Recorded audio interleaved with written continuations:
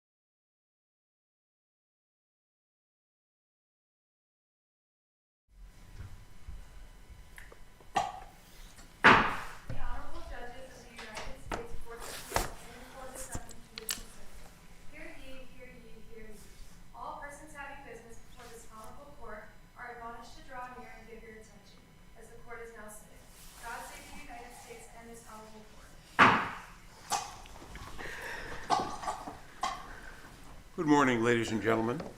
Our first case for argument is United States against Mackey. Mr. Moralia. Good morning, Your Honor. Good morning. Your Honors, sorry. Please proceed, counsel. Judge, as indicated in our brief, this is the sentencing of Mr. Mackey was a significant departure based on arguments or ideas put forth by Judge Tharp, which aren't supported substantively.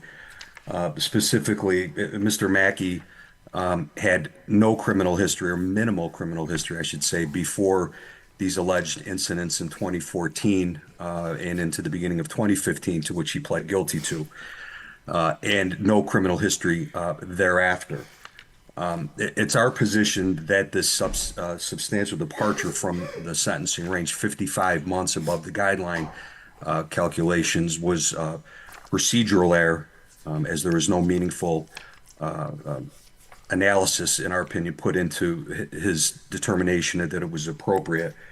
And we're asking this court to resentence him, as we view this as within the court's purview at this point, to resentence him, review this de novo, and apply an appropriate sentence. Mr. Mackey, at the time, Court of Appeals does not resentence people. Then I'm mistaken. I thought this court could resentence him. No, we have no such authority. Well, then I would respectfully ask that it be remanded to Judge Tharp for resentencing if the court agrees with my arguments that I'm putting forward. But as I was saying, Mr. Mackey had a work history, no criminal history, married to a registered nurse, caring for a child. Counsel, these are arguments one might present to a district judge. You need to make arguments suited to a court of appeals. Well, what I was going to say was those facts that I did present during sentencing were discounted, dismissed, not even considered. Judge Tharp, I'm only putting forth that information because that is the information that I presented to the trial court that was thoroughly dismissed. It's beyond discounted. It's beyond discredited. It was never considered. Just as a sentencing court may not assume or presume that the sentencing guideline calculations are reasonable, so may he not determine that they are unreasonable. Counsel, which is what. Counsel, Yes, sir. I took one of your major arguments in your brief to be that the district court too heavily focused on gun violence in Chicago as a reason to give Mr. Mackey a higher sentence. And, I do read the discussion of that in the district court's comments. You don't address in your brief our decision in Hendricks, U.S. v. Hendricks. And that case makes clear that district judges can consider community violence in the context of sentencing a specific defendant. So I wanted to know your view of that. How do you get around Hendricks? Well, Judge, the way it was put forth by Judge Tharp, it was a general proposition. It wasn't specific. It wasn't based on statistics. It was a general notion. I'm not sure if Judge Tharp was putting forth that information based on something that he saw in the news the night before. It was very general. It was very vague, and it was in his position seemed to be totally focused on that notion and the deterrence that such an extreme sentence he believed would have down the road. So I respectfully think that the judge gave that specific sentencing factor way too much weight to the complete exclusion. Try again. You were asked a specific question about a specific case decided by this circuit, Hendricks. The question is, how is your position consistent with Hendricks? Judge, but the argument that I just put forth is my response to that question. You're not discussing Hendricks. I'm not not discussing it because Hendricks isn't in front of me right now, Judge, and I'm not thoroughly familiar with, well, I'm not familiar with the case at all, so I may not be discussing it effectively because I don't have Hendricks cited in my brief, and I don't have the case in front of me, It's and I would cited have to over review 4 it. pages of the prosecutor's brief. It's a case we expect you to be familiar with.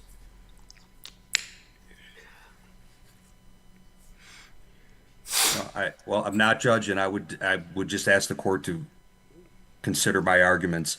I understand the position that this court may have taken in Hendricks, but again, focusing solely on the deterrent effect that a sentence like this would have raises due process issues, fairness issues, and Mr. Mackey was not sentenced appropriately.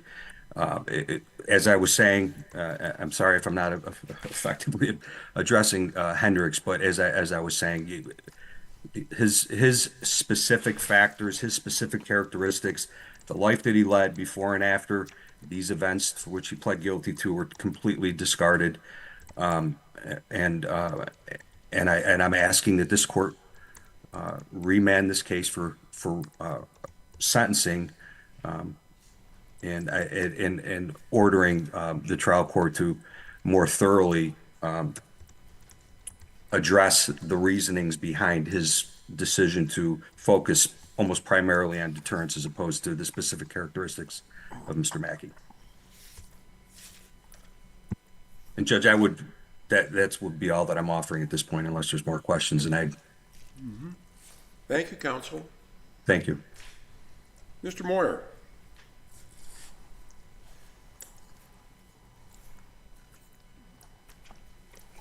Good morning. May it please the court. Matt Moyer for the government. The district court did not err in sentencing defendant to a 55 months above guideline sentence, where he belonged to a racketeering enterprise, committed an ambush-style murder, home invasion-style robbery, and witness tampering. First, the court did not commit procedural error, Your Honors. The court sufficiently considered the 3553A factors one at a time and applied them in a manner individualized to the defendant.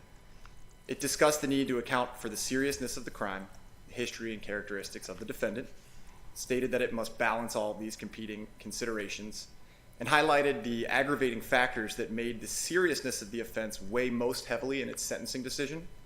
Those aggravating factors included how the defendant and others went hunting for rival gang members, how they left the victim dead with 13 bullet wounds in him, how a nearby witness with her children in tow saw the gunman firing into the victim as he lay motionless on the ground. Further highlighted the severity of the armed robbery and the witness intimidation that were part of the case. The court addressed the defendant's history and characteristics, remarking on the fact that he had one conviction, but was found guilty of belonging to a racketeering enterprise that existed for over a decade.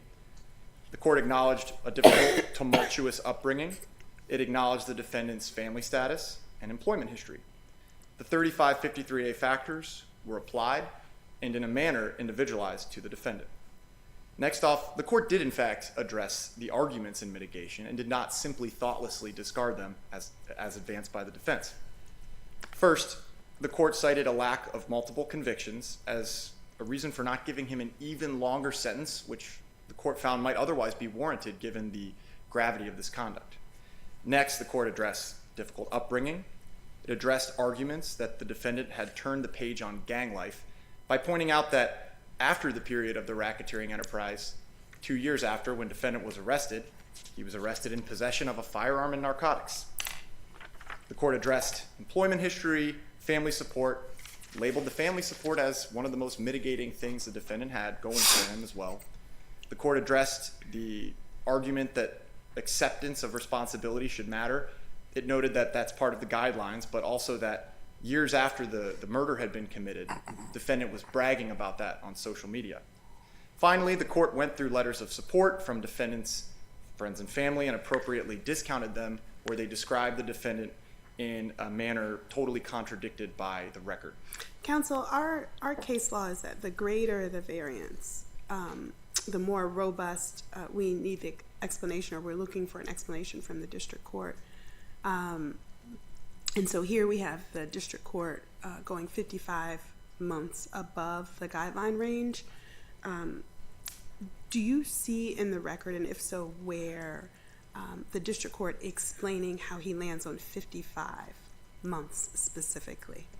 While the district court, Your Honor, does not explain exactly how it reached mathematically that number, it explained that the significance, the greater significance that was justified, or excuse me, the greater variation from the high end of the guidelines, in this case, was justified by the egregiousness of the conduct, which included the cold-blooded murder. It included certain things that aren't captured by the guidelines, like boastfully talking about having murdered someone years after murdering them, and so forth. So the court ultimately believed that the 55 months variation above the high end of 365 months was justified by just how severe the conduct was and how not sorry the defendant was until he was arrested and pled guilty.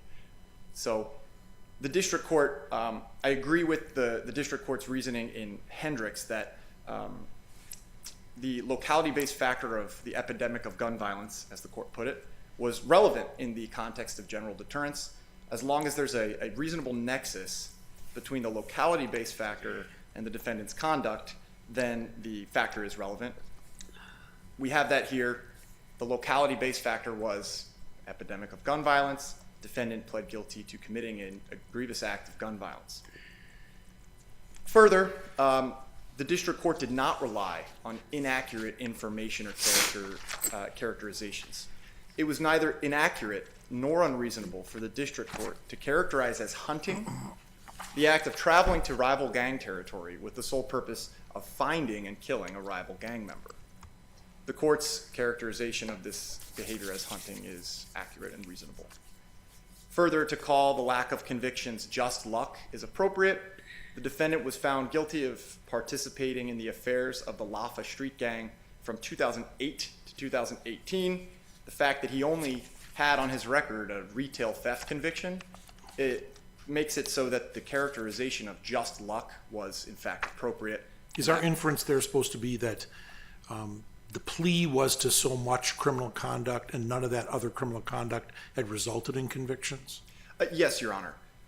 The plea was to conspiring to belong to the enterprise, and the conduct he pled to was a murder in 2014, armed robbery about 2 years later, witness intimidation after that. The district court believed it was luck that he hadn't been convicted of something related to these racketeering affairs prior to this case. Further to that, Mr. Moyer, can you give us a feel for the scope of the indictment here in terms of number of defendants, how many went to trial, how many pleaded, how many might have been acquitted?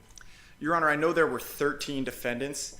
I don't know off the top of my head how many went to trial. I know it was several. There were, I believe, at this point, the majority or all have been convicted.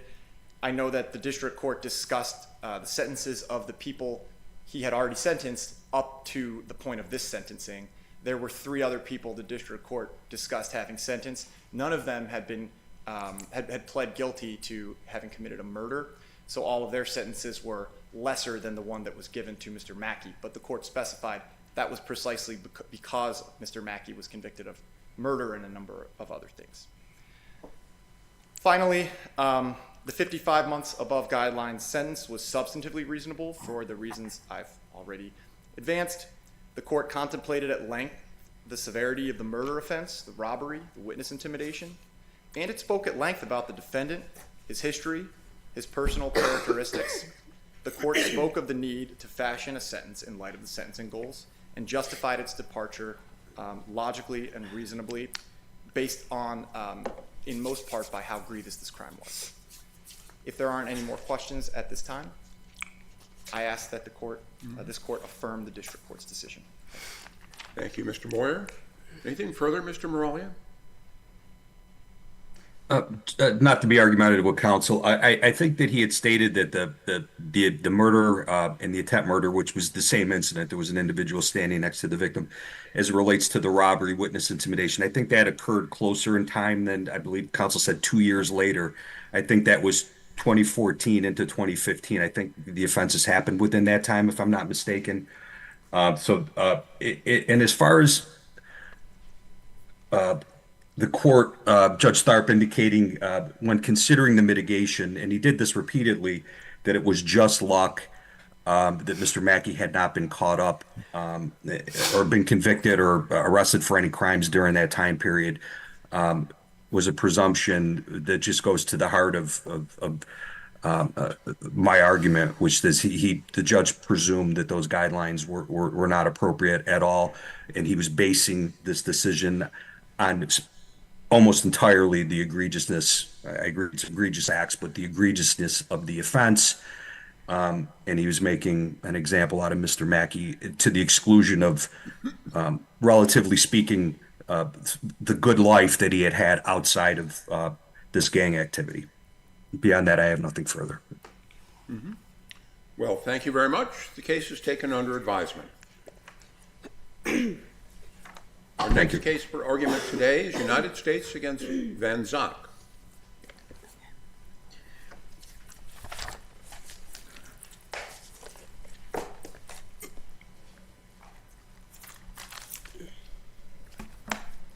Good morning. You're listed on this card as Mr. Patton, but that doesn't seem right. Mr. Patton, to tell you he's the better looking and more senior member of the office. But I'm here, and with the court's permission, I'll proceed. Certainly. May it please the court, counsel, my name's Daniel Hillis. I'm with the Federal Public Defender's Office, and I represent Mr. Van Zack, who received an 87-month prison sentence. While incarcerated at the notorious Thompson prison, Mr. Van Zack punched a guard. The jury convicted him, and at sentencing, the district court determined that he had a total adjusted offense level of 25, a criminal history category of 3, and a resulting guideline range of 70 to 87 months imprisonment. That was wrong, and the government acknowledges it, and we appreciate that. And in its brief at page 13, it says as much, that the total adjusted offense level should have been 15, and therefore, with criminal history category of 3, guideline range should have been 24 to 30 months. The government presses, though, for a determination of harmless error, and it seeks to defend the resulting sentence on that basis, but it can't. So the sort of inoculating statement that we see from time to time has been relied upon by the government, but the ABCs of inoculating statements in their successful form come in Abbas, Baker, and Caraway. In all of those cases, you had a district court judge who contemplates the disputed guideline issue, accounts for it in the discussion of the sentencing, and makes a determination about why a parallel result should occur, and therefore justifies the sentence with respect to the error by virtue of a complete 3553 analysis that accounts for what the contested issue is. Contested issue may be the important phrase in this, because here, these errors passed unnoticed, and we arrived then at a position where under Asbury, which is one of the leading cases on inoculating statements, we have a circumstance where the government, I believe, hits a brick wall. It cannot show that the contested issue on appeal was actually contemplated, and therefore it cannot show that it was accounted for in a parallel result explanation at sentencing by the district court, such that this court could credit the inoculating statement to say that the sentence would have been the same regardless of the error. We have an enormous impact on the anchoring effect now of the 70 to 87 month guideline range and fashioning the sentence. And because it's undisputed that the guideline error was never recognized, it was never given attention to, it was never explained in a sentencing decision by the judge, the government's harmless error contention cannot prevail under the circuit's precedent. So under Asbury, the error is not harmless, the anchoring effect is prominent here, and we would ask the court to vacate and remand for resentencing. Thank you. Thank you. Thank you, Mr. Hillis.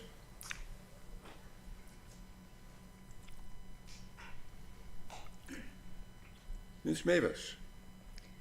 Thank you. Good morning, Your Honors. Jessica Mavis, on behalf of the United States. May it please the court if I may proceed. And Your Honors, the district court's error in using the aggravated assault guideline to calculate the defendant's guidelines range was harmless. The district court made expressly clear in the sentencing record that its selection of an 87-month sentence of imprisonment was driven by the 3553A sentencing factors, specifically the seriousness of the offense. The district court found that Mr. Van Satch had essentially waged war on correctional staff and instituted an attack on the very rule of law against the people entrusted to take care of him in a safe and effective I manner. can easily understand how the judge could impose the same sentence on remand. But how do you avoid a remand? As Mr. Hillis said, when a judge says, I recognize there's the following issue, I've resolved it way X, but it doesn't matter if I resolve it in a different way. That's one thing. But if the judge just doesn't see the issue, how can the judge say that an issue he never saw didn't matter? Your Honor, in this instance, the record is ripe with Judge Blakey's explicit statements about why he chose the sentence that he did and that it wasn't the guidelines range that dictated the sentence. He clearly indicated it was the 3553A factors, that being the seriousness It's of the offense. always the 3553A factors. But we reverse for guideline calculation errors all the time. More often than I like to think we should, but we do. Isn't the problem here, Ms. May, is that the range is 24 to 30. If he had pronounced this sentence this high in relation to that guideline sentence, it would be very difficult for us to say there isn't some type of discrepancy. We'd be talking about such a large gap. There would be. The difference in this case, Your Honor, is that there was no alternative sentencing guidelines range advocated for by the defendant, and ultimately the difference in the guidelines ranges that were proposed by the government versus the defendant were contemplated. Those different scenarios were contemplated by the district court, and the district court actually sided with the defendant in finding that the punch that the defendant threw and landed on Officer Mullins resulted in bodily injury, and that lowered the guidelines range to what defendant advocated for. There was nothing further proposed. And the situation is interesting in that if defendant's argument is correct, that harmless error can only result where an alternate sentencing range is contemplated by the district court. That would mean that defendants who object are given less deferential treatment than defendants who remain silent and don't object, almost encouraging defendants not to object at sentencing and save their objections for appeal. I think you may be barking up the wrong tree with that one. You otherwise want to draw us to the other factors the court considered. Seems to me one issue is that a lot of what the court did consider is already baked into the statute of offense and baked into the guidelines offense level and the specific offense characteristic it did choose. So how can the district court's explanation be the detailed and parallel result that our case law looks for when a court, utters one of these inoculating statements? Well, Your Honor, in this instance, Judge Blakey's inoculating statement, so to speak, is very distinct from a conclusory statement thrown in for good measure. And so these statements... Let's go with that. Let's look at the statement he made. Where is the detail? Can you point to the specific words in his statement that is the detail, the requisite detail we're looking for, and not a generic disclaimer of all possible errors? Yes, Your Honor. So in Judge Blakey's statement, and this is in Appendix 44, that should be... We know the statement. Thank you. The district court stated it gave significant weight to three specific 3553 factors: seriousness of the offense, the need for just punishment, and specific deterrence, characterizing defendant's conduct as waging a war on the correctional I'm talking about institute. specific detail in his inoculating statement. In his inoculating statement, the court specifically stated that, I want to note for the record, having considered the factors, the sentence I am about to impose would be the same, even if the guideline calculation was a little bit different. The was a little bit different is the problem. We've gone from 24 to 30 to 70 to 87. Understand, Your Honor. The issue in this case, though, is that there was no difference. And in the context of defendant's argument, defendant proposed no different guidelines calculation. And in fact, the guidelines calculation advocated for by defendant, which he did not object to and asked for, is what the court agreed with. The court had a full picture of the facts. The court provided at the trial. The court considered all of the facts as advanced by defendant, sided with defendant, finding that it was the bodily injury, not serious bodily injury, as advanced by the government.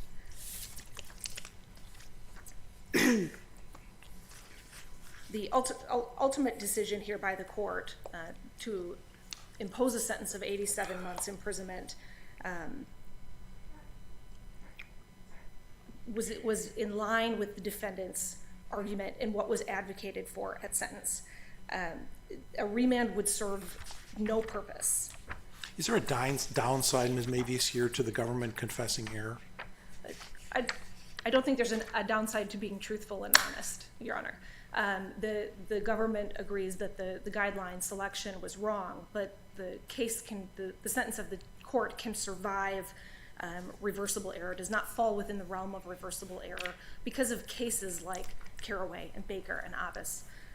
And those cases tell us that a judge who puts on the record and makes clear for this court the reasons for imposing a sentence, even when the guidelines calculation has been wrong or procedurally incorrect, that the sentence can still be upheld and affirmed when the court makes very explicit, clear statements like we have in this case made by the district court. So if there are no further questions, the government would ask that this court affirm the decision of the district court. Thank you. Thank you, counsel. Anything further, Mr. Hillis?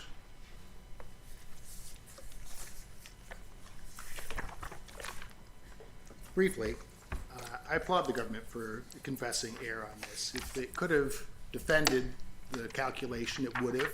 I think the appropriate thing is always to find out what the truth of the matter is. And here the truth of the matter was that the guideline... Mr. Hillis, one is inclined to think that you think a confession of error is appropriate in every case. I would encourage more of them. You may feel differently. So with that, the determination, though, we're off by 10 levels. It's a huge amount. It's not a small thing. Every case, the judge considers the 3553A factors. If extensive reliance on 3553A factors was the magic potion, Asbury would have turned out differently. So we need to have an effective inoculating statement which satisfies the two-part analysis. Government is unable to point to that. Judge Jackson-Quimby, you noticed this, and the question's an apt one. So at page 44, I would go a little bit further and say, the judge seems to be cautioning the government about an appeal because the government's the one that sought the greater guideline range than what was determined. So they wanted the more significant injury, and the judge said, my sentence would have been the same even if I had called that differently. That doesn't seem like a signal to the defense in any regard. That seems like it's directed towards the government. So as far as the benefit of remaining silent, like it was a calculated thing, I don't see that because we run headlong into plain air review, which is never helpful. We have waiver problems sometimes when the government offers waiver, and they are not shy about that. So I see that it was just a miss, and the government is correct to come up today and say that there was the problem on the calculation, but I think that they are wrong to say that you can make a determination of harmless error given what the precedent is, because if the harmless error analysis was the appropriate course, I don't see how Asbury could be a correct decision, and yet I don't see that them citing Asbury in their brief or asking it to be overturned by the panel via 40E or en banc or anything of the sort that it might press for. It's just something that I think is out of the government's reach in this case. I have nothing further. Thank you very much. The case is taken under advisement. Our next case for argument is United States against Zeller.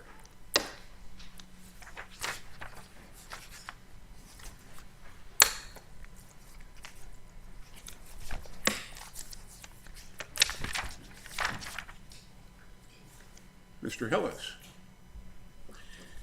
May it please the court, counsel, my name is Daniel Hillis, and I represent Mr. Zeller. In this case, the district court errantly imposed a 5-level enhancement under section 4A 1.5B. That enhancement applies when there is reliable evidence of a pattern of activity involving prohibited sexual conduct. That enhancement in this case raised my client's range from what would have been 188 to 235 months up to 324 to 405. So it's an enormous concern here that we have that this has been done right, and we don't think that it was. The government, of course, bears the burden of proving proving an enhancement by a preponderance of the evidence, and it has to offer reliable evidence to support its position.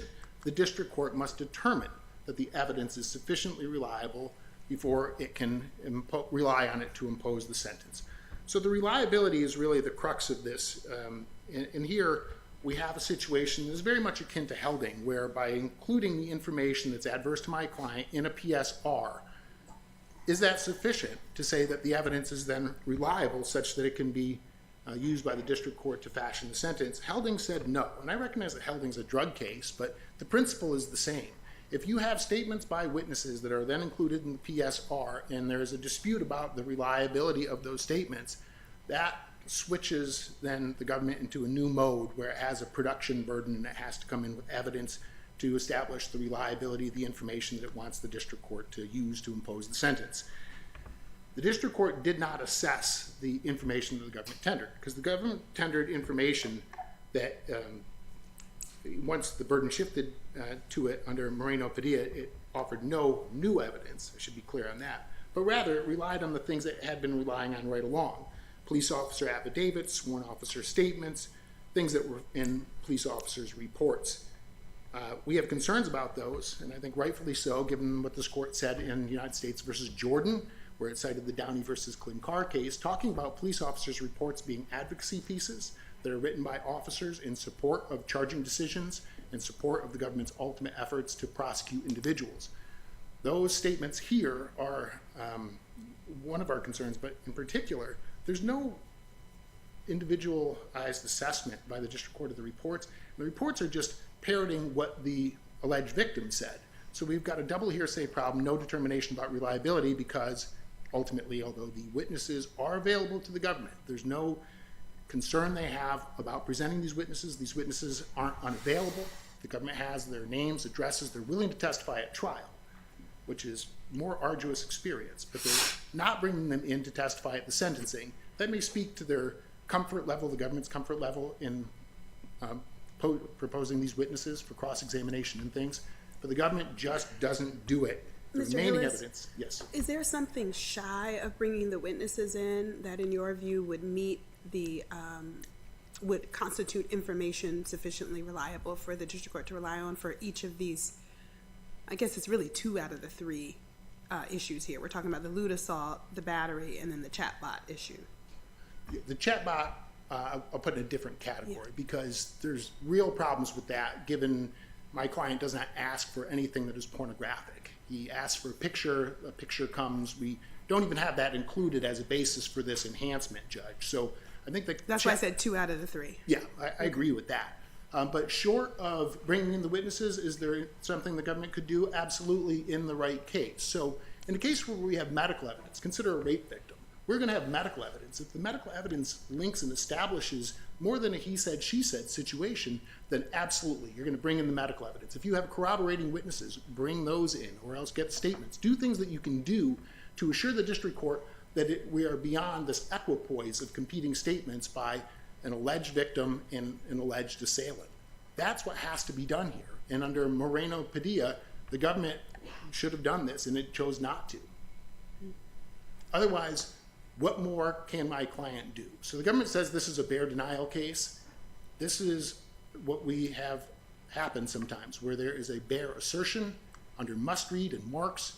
There's nothing more that my client can or should have to do, because that sort of inclusion in the PSR that simply refers to there were these allegations can't be met with anything more than my client's bare denial, because my client doesn't have the ability to get medical information, to get other things to corroborate his position, and that would foist the burden upon my client when the burden always remains with the government in this situation. So this is an issue that has a greater reach than this case. And if the government wishes to have the enhancement, it must meet its burden, and it has to come in with the necessary evidence. The evidence that it brought was inadequate. The police reports cannot be credited. They weren't even assessed by the district court. So that is a problem. We are in we're on de novo review because this is a procedural error.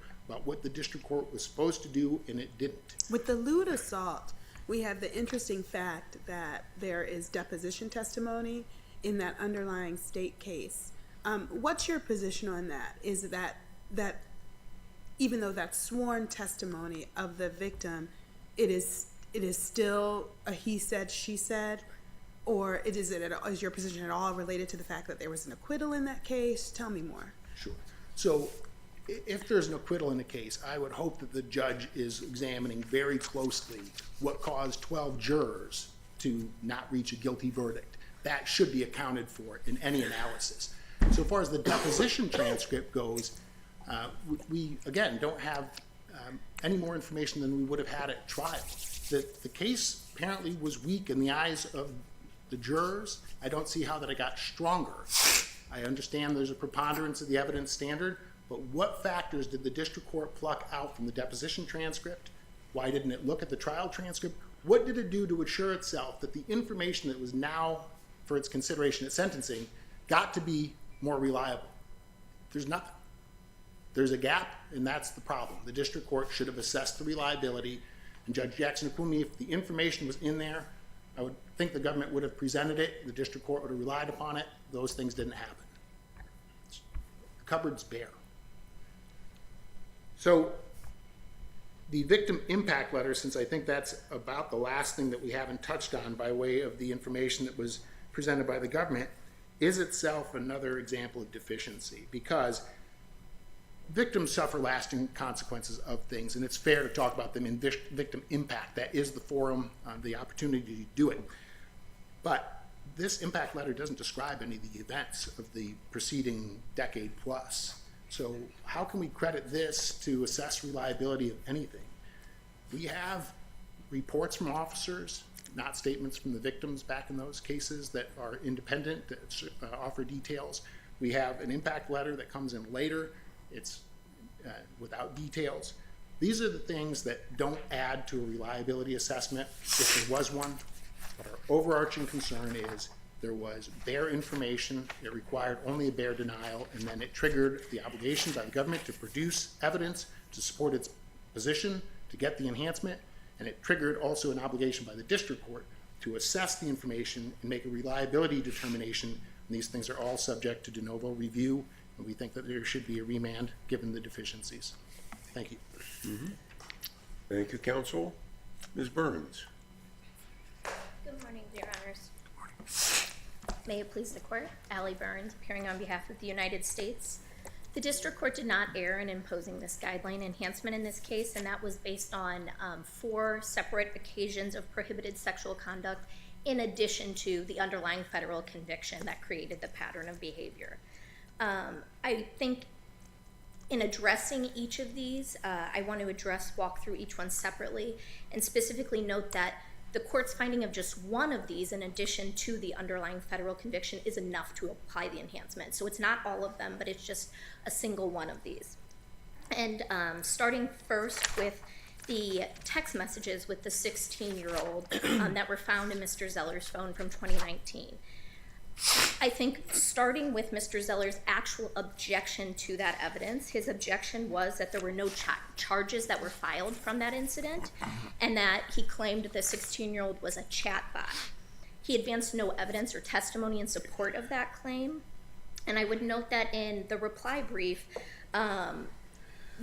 Mr. Zeller advances this idea that because the actual messages were under the offense, not part of relevant conduct heading, therefore it can't be used to enhance the PSR or the guidelines in the PSR, except that is a misstatement. It is actually referenced within the guideline calculation as well.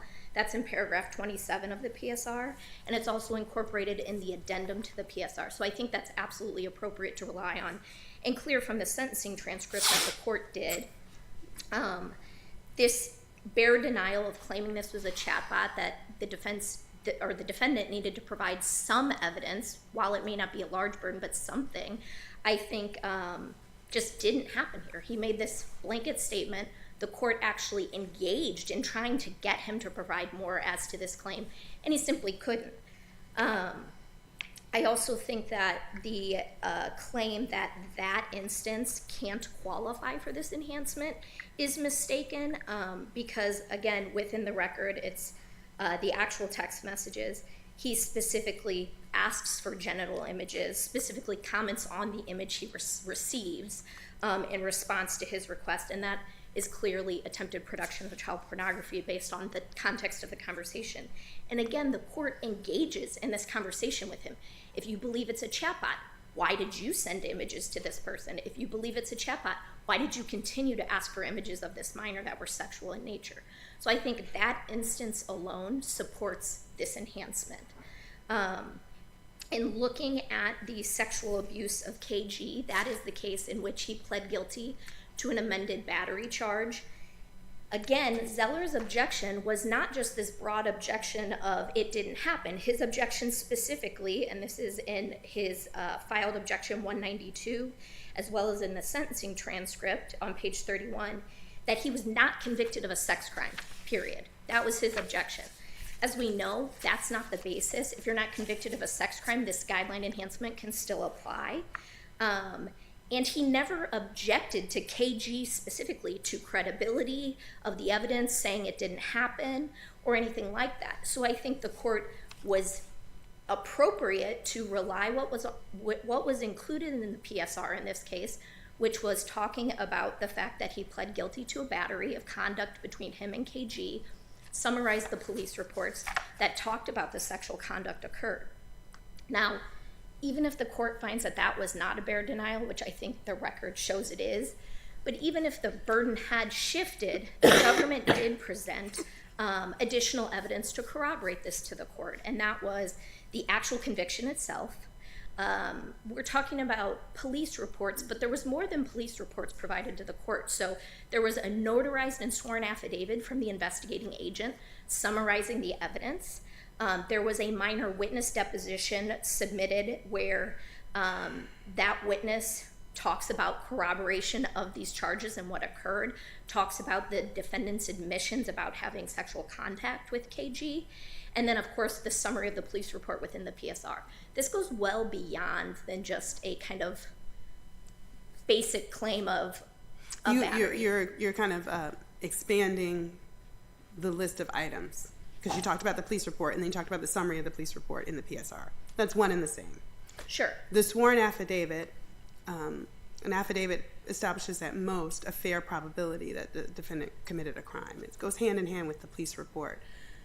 Then we have the witness, the deposed witness testimony. So I would like you to respond to Mr. Hillis's assertion that when we look at all this, we've got Jordan, which says we can't rely on police reports alone, okay, which is 3 of the 4 things you mentioned, basically. And then outside of that, we have the victim's words, which leads us to a he said, she said. So what's the foundation on which the district court can make a reliability determination if that's the picture in front of us? Sure. So I think 2 things. First, I would go back to the defendant's actual objection, which was not to the reliability of the evidence. But he's allowed to make his arguments. He's preserved his objection to this. He's allowed to make his arguments on appeal about why it was incorrect to rely on these things. So here we are. We're here today. Okay. And Your Honor, if that's the case, then what I would say is that the minor witness deposition is different than just a he said, she said statement. The minor witness deposition was subject to cross-examination, and she was, in fact, cross-examined by defense counsel at the time. It's sworn, and it was submitted to the court. And again, defendant provided nothing that said otherwise, even a small amount of evidence. He was just objecting to the fact that he wasn't convicted of a sex crime. Again, not to the credibility of that evidence. So I think that is different in this case. And the fact that because of the preponderance standard, that this was a sworn and, again, cross-examined by defense counsel at the time's deposition, that is different. I would also note that in the defendant's initial brief, they stated on page 13 that a victim affidavit may be sufficient to have met this. And then when it was brought up in the government's brief that, in fact, we went beyond a victim affidavit, there was actually sworn deposition testimony subject to cross-examination, that kind of idea was dropped. So I think that the deposition should be acceptable under the federal rules of evidence in a civil proceeding that could be relied upon if a victim was unavailable or otherwise unable to testify. And so here it was appropriate for the court to rely upon that. But again, our position would still be that this bare assertion did not shift the burden in the first place. Sorry, Your Honor. Can you turn to the lewd assault? Yes. And so to the last two, that's victim KO, and that was the acquitted conduct. Again, his objection was that he was acquitted, as you know, and I think is undisputed. Acquitted conduct can be considered, so I don't think that that, again, is enough of an objection. However, at the sentencing, he did state that this was, she had inconsistencies in her deposition to her letter. So what I would say is that, again, he has not brought forth any evidence to show that this is more than just a bare denial of this didn't happen.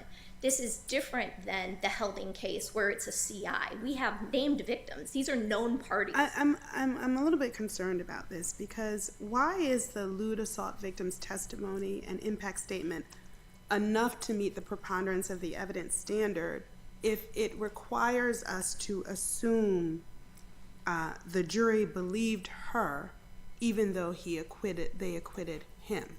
We don't know what's behind that acquittal. Correct, Your Honor. And I would say that first, I don't think it requires the district court to make a finding that they believed her. It's the district court's finding based on that sworn deposition testimony. And in this case, we had KO, the actual victim's sworn deposition testimony. But if he hasn't seen anything else? And additionally, the district court. If the district judge hasn't seen anything else from the trial. Sure. But the district court did. The district court also had Carolyn Ellis, which was a witness that was sworn deposition testimony that was provided to the court. And again, beyond a reasonable doubt versus the preponderance standard is very different here. So the court did evaluate those things. The government did provide those sworn deposition testimony. And again, those were subject to cross-examination by defendant. So these were different than just maybe a generic letter. And I would note, in the defendant's initial brief, they acknowledged that a victim affidavit could be enough in these cases. Well, this is well beyond a victim affidavit in these cases. I would also note in the Helding case that this court specifically says, while it may not be a bad idea, that there is not a requirement that a judge personally hear from the witness under oath. In this case, the witness was under oath. Obviously, it was not in person, but that the court did hear sworn testimony that was subject to cross-examination. Unless the court has any additional questions, I would rest on my brief. Mm-hmm. Thank you, Your Honors. Thank you, counsel. Anything further, Mr. Hillis? The government refers to the Ellis testimony. It's not referenced in its brief, so I don't know how further to respond to that. I don't see the district court relied on it either for that matter. The government has said in its brief, and now you're going to oral argument, that one event is enough to establish a pattern. I don't know any authority for that. The government hasn't cited any either. As for whether there are separate occasions, there's a lot of chatter about separate occasions ever since the Wooden analysis came out, and if we have the PSR that references one victim, perhaps one day, one place, I'm not understanding how under Wooden that we could say with similar language in the guideline that we have a separate occasion here that we could credit the government's position on that.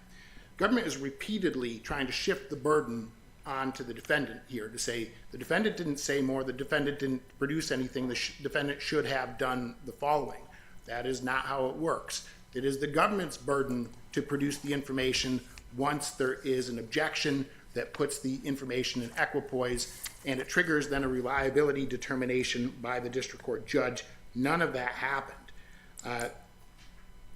The defendant doesn't have to offer anything more, and a pro se defendant who's challenging the guideline is implicitly challenging the facts. Whatever the basis is, and we're allowed to make a gloss on an argument for the purposes of the appeal, I think that it's well preserved here under these circumstances. The victim, finally, they were not unavailable. The government knew who they were. So you can't say we can bring in the deposition transcript because the witness was unavailable when the government has repeatedly acknowledged that the witnesses were available. They had their names, addresses, etc., just chose not to present them. So lastly, there's no lewd image that is produced at my client's request. When my client hasn't asked for it, it's just sent. Thank you. The case is taken under advisement. United States against Fawston is on for argument next.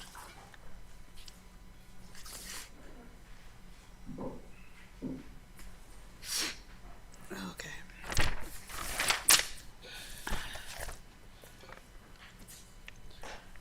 Mr. Fox. Good morning. May it please the court, Bill Tice for Mr. Fawston. Mr. Fawston is here today asking to set aside his guilty plea, and so of course the case is here for plain error review. And he's asking that it be set aside because the judge did not explain to him the nature of the RICO conspiracy charge. The only reference that the judge made to the charge was to inform the defendant that he was charged with RICO conspiracy. But let's assume that that's an error. What reason do we have, under the Dominguez-Benitez case, you have to show a reasonable probability that but for the error, Fawston would not have entered his plea. Now, my understanding is that the sole punishment for the RICO charge was a concurrent term of imprisonment, well, plus $100 special assessment. So if this gets set aside, your client loses the reduction for accepting responsibility and gets effectively nothing in exchange. Why would a sensible person do that? Well, first of all, if he were not being sentenced for the RICO conspiracy charge, Your Honor's right, he would most likely lose acceptance of responsibility. But the calculation of the guidelines would be significantly different because without the RICO conviction, you don't have a grouping of counts, so that affects the offense level. And of course, the RICO charge is a charge that looks pretty bad, and we just don't know when you take that out of the equation. The one thing we do know is that his guideline calculations would be different. And what we don't know is whether there would be an even greater impact because a judge looking at the case would say, I've got a defendant in front of me who's got a pretty bad record and did some bad things, but he's not a RICO defendant. So the other question I do had planned to speak to, and I'll get to it now, is he had a reasonable probability of being acquitted had he gone to trial, because on the record we have, there was a missing element for RICO conspiracy. And in this context, the government can come back and give this court any information that it can find in the record, in the PSR, to suggest that he really would have been guilty of RICO conspiracy. And the government, I guess they thought they attempted to do that, but they really haven't succeeded, because all they did was to bring in information about how the co-defendant had pleaded guilty to the robbery. But the whole point of this is that robbing someone, even with other members of the gang, is not committing a RICO conspiracy. The missing link was that there was no evidence that these people, when they were robbing individuals, were somehow sharing the proceeds with the leaders of the conspiracy or giving them a cut of the action. And the government had that opportunity if they could find the evidence, and apparently they didn't, because their brief really doesn't even make that claim. Now, in answer to your question, Judge Easterbrook, we've assumed that this was an error. I don't know if the panel wants to hear any argument as to why it was an error. No, your time is yours to use as you think best. Well, I have a question about Sure. that. Do you see any inconsistency in our case law, Mr. Tice? Because we've got Brower v. Raffensperger, which says that to conspire to violate 1962C, the defendant must agree to perform services of a kind which facilitate the activities of those who are operating the enterprise. That's what you are drawing our attention to. Then Right. we've got Farmer, which lists the elements of a RICO conspiracy as three things: an agreement to participate in affairs, of two, an enterprise, three, through a pattern of racketeering activity, and that's the two related acts of racketeering. It doesn't mention an agreement to perform services facilitating the enterprise's operator. So can you address that? I don't think that Farmer is inconsistent. In fact, Farmer, I think, is a pretty helpful case for Fawston, because in Farmer, the court accepted without much comment that part of being in a RICO conspiracy is that you're kicking back the proceeds of your illegal activities to the leadership. And in Farmer, the court says, well, we've got evidence that the defendant was doing exactly that. And to give you a more general answer, when Neapolitan talked about there being two agreements in a RICO conspiracy, that was sort of subpart A, and then subpart B is the cases like Raffensperger and Swan and Cummings. And I think the pattern instruction really captures where the circuit's case law is. Now, of course, we all know that the pattern instructions are not the law of the circuit, but they do represent a fairly well-considered and intelligent appreciation of where the law seems to stand. So, Mr. Tice, your argument is that the error itself is plain because there isn't an inconsistency in the case law. Correct. When you consider these RICO conspiracy cases, you have to conspire to further the goals and the ends of the leaders and the organizers. So I don't see that there's an inconsistency. And the pattern instructions, I think, represent how you can take a consistent view of these cases. If there aren't any further questions, I'll just reserve the rest of the time for rebuttal. Certainly, counsel.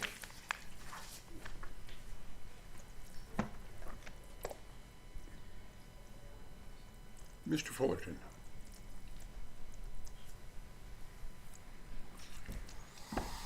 Good morning. May it please the court.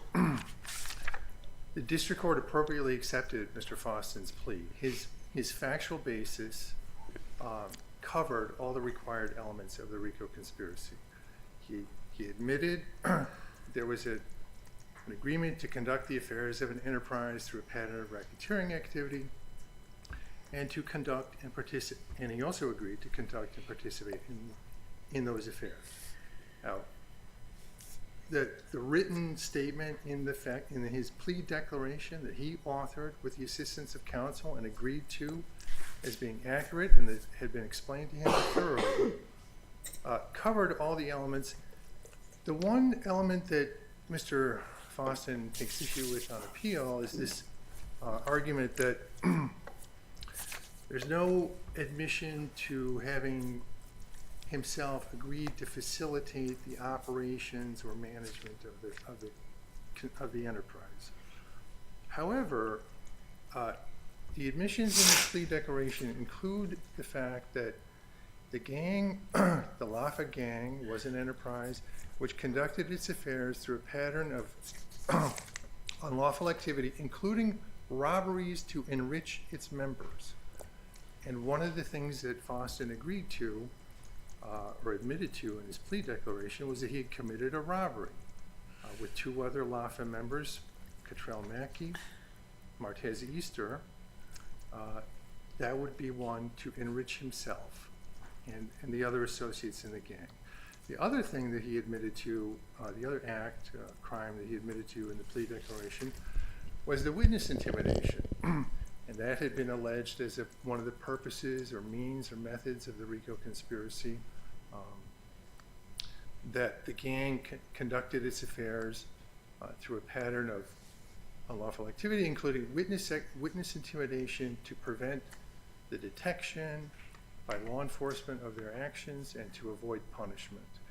And Foston's plea declaration admitted that the witness intimidation that he carried out was, in fact, to prevent the communication to law enforcement about the robbery that he had committed with Mackey and Easter. Granted, Mr. Fullerton's a very detailed 29-page plea declaration. What is your response to Mr. Tice's argument with regard to there not being difference between the 2000 case and the 2022 case? Well, I would say even granted Mr.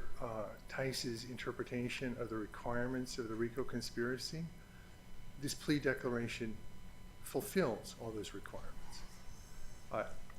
If we're going on what's set forth in the pattern instruction, Mr. Foston did conspire to conduct the affair. let me find the exact language, to facilitate the operations or management of the enterprise. He himself was an operator in the enterprise. He carried out operations of the enterprise, namely robbery to enrich the members of the gang and witness intimidation to prevent law enforcement from detecting and punishing the members of the gang in their criminal activity that they carried out as part of the gang. So if he had to, as Mr. Tice urges, agree to facilitate the operations of the gang, he himself was an operator. He was conducting operations of the gang that were within the scope of the agreement, fulfilled the purposes of the gang, and that were admitted to in the plea declaration. So there's no gap, there's no missing element. The plea declaration covered all the required elements, even under Foston's argument on appeal here. And there was no plain error. I mean, the district court had before it a defendant who understood the elements, who admitted the elements, who had had the elements explained to him by his attorney, who had no questions about things, about the plea, how it worked, what the charge was. There's even a notation, I think, in the plea declaration that there's a handwritten revision, page 7 or 8, so obviously there was review, correct? Yes, and that sort of thing was covered in the plea colloquy with the district court that went on at some length. Let me ask you a broader question. RICO conspiracies are more complex and less intuitive than other conspiracy claims, and then cases or charges that don't involve conspiracies. Should district courts do more to ensure that defendants understand the nature of the charges? Well, certainly the courts need to ensure that the defendant understands the elements, and if the elements are complicated, more is going to be required. A RICO conspiracy such as this does require more because there are more sort of moving parts. There has to be, an enterprise, a pattern, a conspiracy, etc. That does require more understanding on the part of the defendant. Here, the district court was assured that Foston understood what was required of his plea because Foston's plea covered all those elements. I guess, even if we agree with you, what you're saying is coming from the defendant. Where do we see the district court doing more or assuring more? Well, yes, the district court itself could have explained from its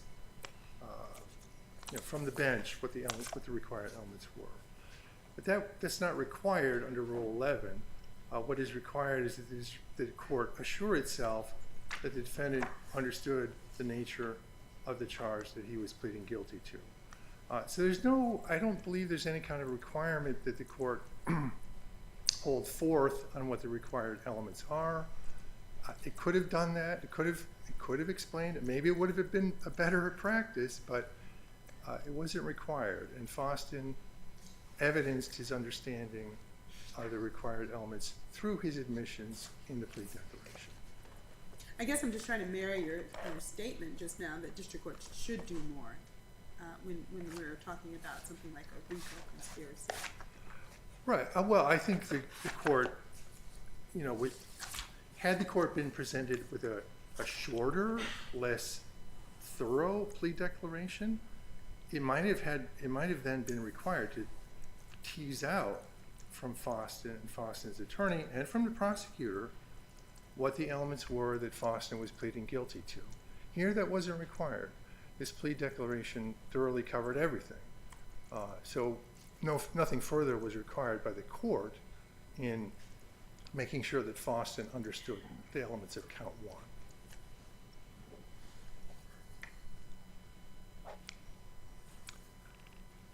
Unless there are further questions from the court, we would ask you to affirm Foston's conviction on Count 1 of the indictment. Thank you. Thank you, Mr. Fullerton. Anything further, Mr. Tice? Yes, sir. We heard just now that the plea could be valid because Foston was an operator of the RICO enterprise. First of all, it's questionable as to whether someone in his position is an operator, but the bigger problem is that the essence of the RICO conspiracy is that you are agreeing to facilitate the ends of the operators of the enterprise. So if street gang member A goes out and robs someone of their bus fare, comes home and keeps the money to himself, I guess you could talk about how he was facilitating his activities as an operator of the enterprise, but he's certainly not agreeing to facilitate anybody else. And that's where the government's argument really falls apart. What we have here is a situation where the judge didn't tell the defendant what the elements were. The judge didn't even make a specific finding that the defendant knew the nature of the charge. All we've got is what the defendant's lawyer told him, and we know that the lawyer gave him bad information on the penalty. We're not trying to set aside the plea because he got bad information on the penalty, but if we're going to say he knew what was going on because he had this super competent lawyer who was advising him, well, the super competent lawyer, at least on that day, wasn't having such a great day. Although we have more than the Rule 11 colloquy, we've also got the lengthy plea declaration, and that's signed by the defendant, signed by his lawyer. That's also part of the record. It's in front of the court. It's very lengthy, but it's missing one part that really counts. He never said, I had some intention to benefit the other, that this was not my own activity. And I want to make sure we're clear about something. He did that robbery with two other people who were also gang members, but there were people like him. They weren't kicking back to higher ups. They went out and they did something together. Still the missing link. And the government had all the chance in the world, or if it had the ammunition, it could have come back and given this court the requisite information. It didn't do so. It's not there. Thank you. Thank you. Thank you, counsel. Mr. Tice, the court appreciates your willingness to accept the appointment in this case and your assistance to the court as well as your client. The case is taken under advisement. The fifth case for argument this morning is United States against Townsend.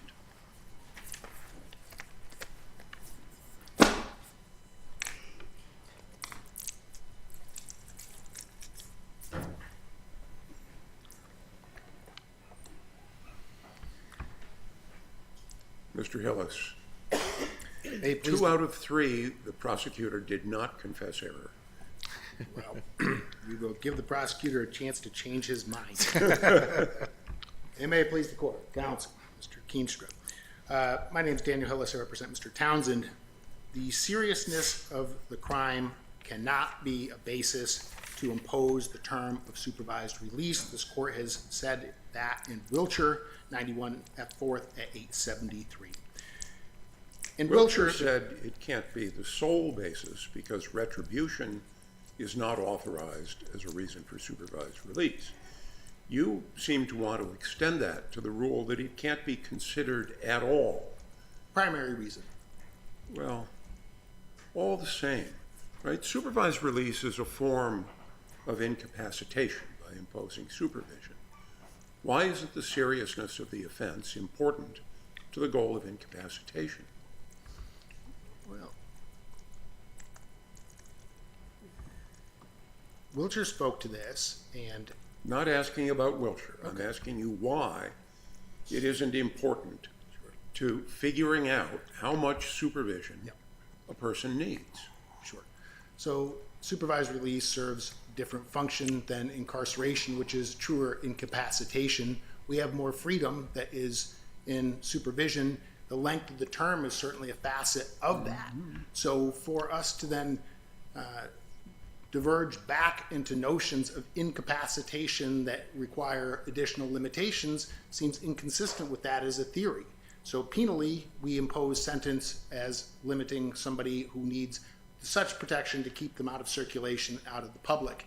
When you're in supervision, you have far more freedom. You're not incarcerated. You only need the basic limitations necessary to ensure public safety. The seriousness of the offense is already accounted for in the term of imprisonment. The seriousness of the offense is certainly less of an issue for the determination of an issue, the but length. you don't want it to be any issue. right? Figuring out what kind of protection the public needs. How can a judge do that without considering the seriousness of the crime? Sure. So it's not that the judge can't consider it. We have all sorts of cases in sentencing context where we talk about substantive reasonableness, where a sentence is substantively unreasonable if the judge places undue emphasis on one factor and it's disproportionate relative to the 33A factors considerations, which are supposed to, as a whole, inform what the sentence is. So this is not a unique position. It's not even unique to supervision, but it is an important limitation. I think that if we were to move forward and to say, let's consider Wiltshire, then how would this case not fall within Wiltshire and result in the remand that Wiltshire said was appropriate when we have the same judge, same crime, basically same facts, same 10-year term of supervised release? It should be the same result under Wiltshire. It's because of the sole primary questions that Judge Easterbrook was posing to you. That's a matter of degree that's come into play into this case. Sure, but those were present also in Wiltshire. It's not unique to this case. So Wiltshire would have considered those same things, and Wiltshire turned out the way that it did. And if we have marching orders in the form of Wiltshire, I hope that I'm following them, but otherwise I'm going to be up here trying to tell the court that Wiltshire applies, and the court can tell me that no, Wiltshire doesn't, it's different, but it's not apparent to me based on Wiltshire how, given what I just said about same judge, same crime, basically the same facts, over-reliance, at least on seriousness of the offense, would seem to still result in a remand here under Wiltshire. I'm trying to understand how a sentencing court could not take seriousness of the offense into account on the supervised release term issue, at least in part. Sure, in part. Make it a small part. Don't make it the big part. Don't make it the biggest part. Isn't that the discretionary call of the sentencing judge, though? No, because then Wiltshire turns out differently than it did. So there's a limitation. You cannot use seriousness of the offense as the primary motivating factor to determine a 10-year term of supervised release, because if you could, Wiltshire doesn't come out the way that it does. Well, here Judge Shadid has a range of 120 to 121 months, right? And he's got a range of 5 years supervised release and 20 years supervised release. He seems to pick pretty much the middle, 120 and 10. Sure, but it's the justification that matters. No. It's not the number, it's the justification. So under Wiltshire, again, overemphasis on the seriousness of the offense means that we have an infirm result. Well, Wiltshire talks about exclusive. Are you suggesting we read it as, so let's say we agree with you that the court relied primarily on seriousness of the offense. If Wiltshire is requiring exclusive reliance, where's the issue? Because I don't think that we can really read the cases to reach a different result, to say that Wiltshire said exclusive, and here this, which all reads much the same as Wiltshire, is something less than exclusive. So I would cede to Judge Easterbrook his point, but Wiltshire then maybe isn't talking about exclusivity, it's talking about whether something is the primary mover. I see your argument. Now, can you address the different language this same judge used? It is the same judge, same charge. Right. But in Wiltshire, he explicitly says seriousness of the offense. Right. Here he says, you're a danger to the public. Right. Okay, and danger is a factor he can consider. Right. So you gotta address it. Right. I think we're able to do that here, because when we read a book, we don't look at the chapter heading and ignore what the contents are of the paragraphs that follow.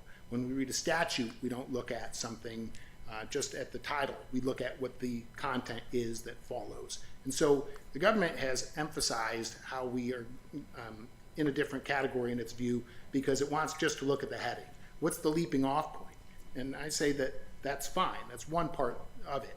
But look to what the judge explains next. And then it doesn't matter that they used the word seriousness in one case and didn't in another, if all of the resulting explanation shows that it's about the seriousness of the offense that motivates the 120-month, the 10-year term of supervision. Otherwise, we're being a bit formalistic.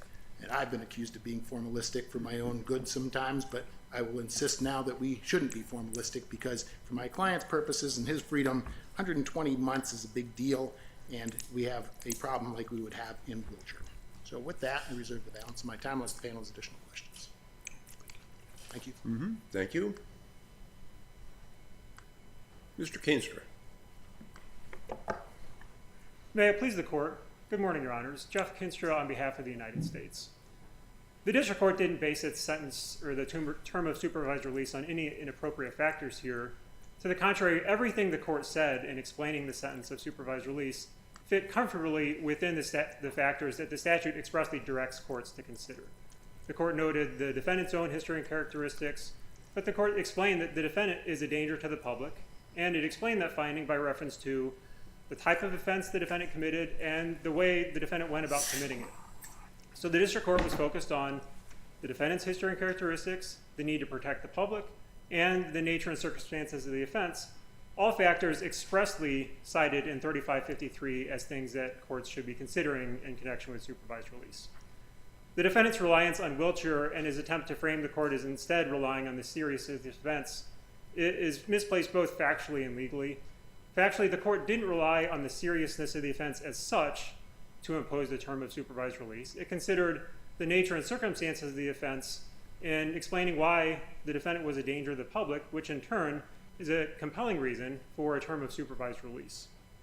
Can you tell us, looking at this transcript, why did the district court settle on 10 years supervised release as opposed to 5, as opposed to 20, as sufficient but not greater than necessary? Because nothing about its comments about Mr. Townsend's dangerousness explains this. Did the district court adequately explain the chosen length of supervised release? It did. If I could begin by noting that that issue is waived on appeal. The defendant. I'm still asking the question. Sure. So the answer is yes, it was sufficient. The court explained that the defendant was a danger to the public as shown by the type of offense he committed, the way he went about committing it.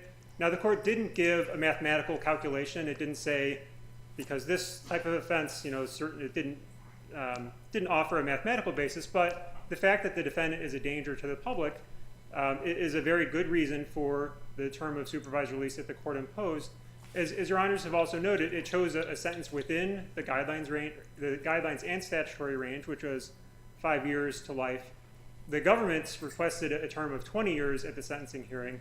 Defense counsel said nothing at all. Defense counsel was focused, appropriately enough, on the term of imprisonment and didn't respond to the government's request for a 20-year term at all. That was something the government said in its sentencing commentary, as well as again at sentencing.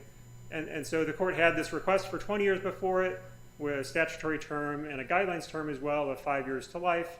And it essentially split the difference. It gave the defendant, even though the defendant hadn't requested a shorter term, it imposed a sentence of 10 years instead of the 20-year term that the government requested.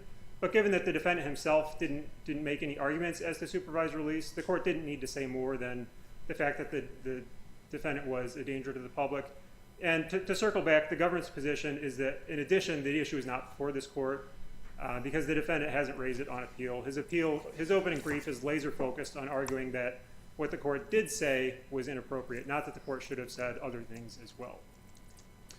To Your Honor's questions about Wiltshire and the role of the seriousness of the offense, this court has expressly held in cases like Clay and Armour and so on, the courts may consider the seriousness of the offense in imposing a term of supervised release, so long as they rely primarily on the factors that 3583 cites. And the reason for that, as this court has explained, is that really there's not a lot of daylight, at least in terms of the nature and circumstances of the offense, which is something the statute expressly cites. How can you consider the nature and circumstances without considering the seriousness? As your honors have also noted, the seriousness of the offense can be a core consideration when it comes to other factors, like the need to specifically deter the defendant, the need to protect the public, the need to ensure that the defendant is actually receiving the rehabilitative treatment and resources that are available on a term of supervised release. And so it's certainly something that a court can consider. This circuit's case law has long held that. Wiltshire didn't hold to the contrary. It didn't purport to overrule any of those decisions. And so this court's settled precedent is that a court may consider the seriousness of the offense, but really I think this case doesn't really even present that nuance, because everything the court said was focused on factors that are cited in 3583 that the courts are directed to, including the need to protect the public and the nature and circumstances of the offense. So there was no procedural error here. Unless your honors have any further questions, the government would ask this court to affirm. Thank you. Thank you, counsel. Anything further, Mr. Hillis?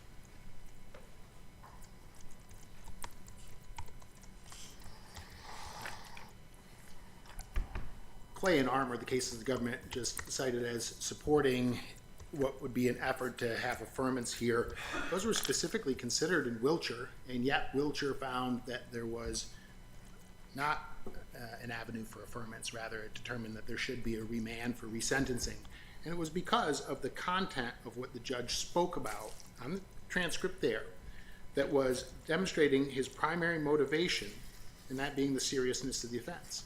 And here, when we get past the heading problem, or whatever the signal word is that the government wants to say puts this case in a whole new category, we look and we find again, parallel with Wiltshire, that we have the same judge, the same 10-year term of supervised release, the same concerns about the speed at which somebody responded to the opportunity to have sexual contact with a minor, the preparation involved.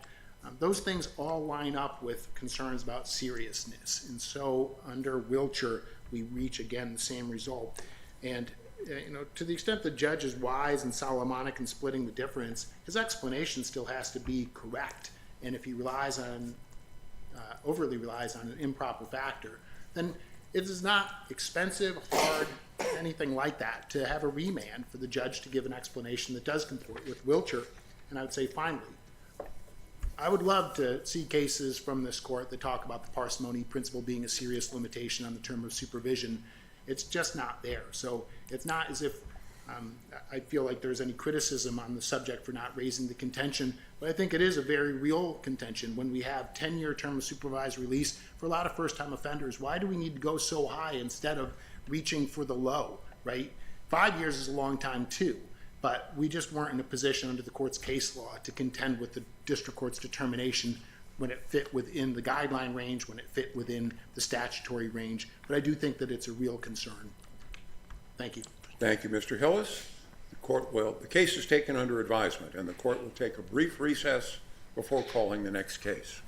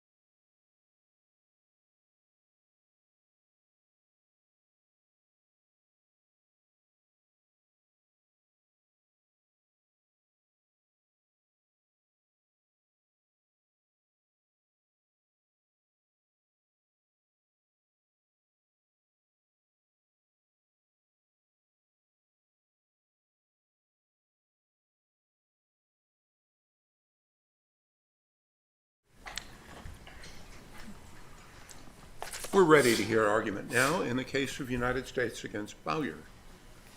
Mr. Bugney. Good morning, Your Honors. May it please the Court. My name is Joe Bugney. I represent Mr. Andre Bauer. There are a few things in sentencings that are indispensable. First, you got to get the guidelines right. Second, you got to figure out the 3558 factors and consider them. Third, you got to give an adequate reason for the appellate court to review.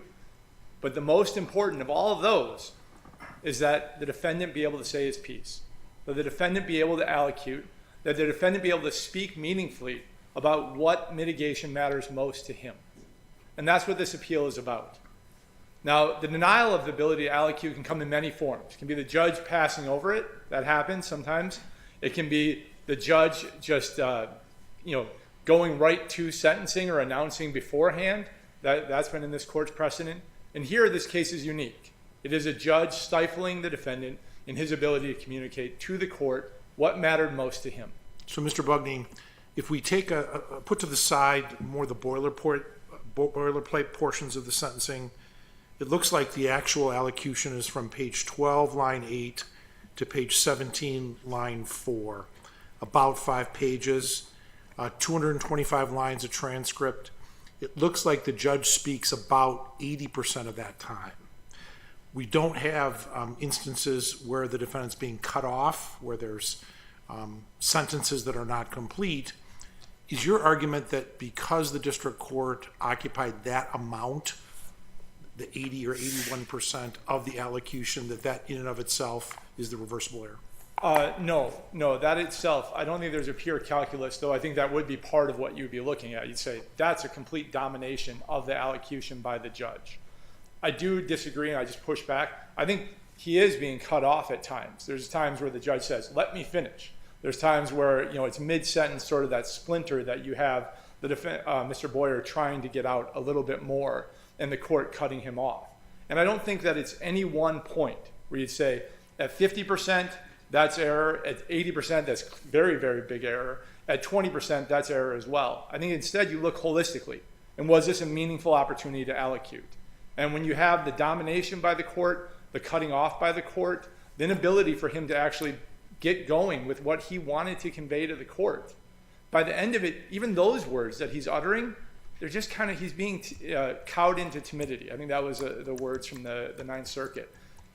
He doesn't have a meaningful opportunity to present what matters most to him.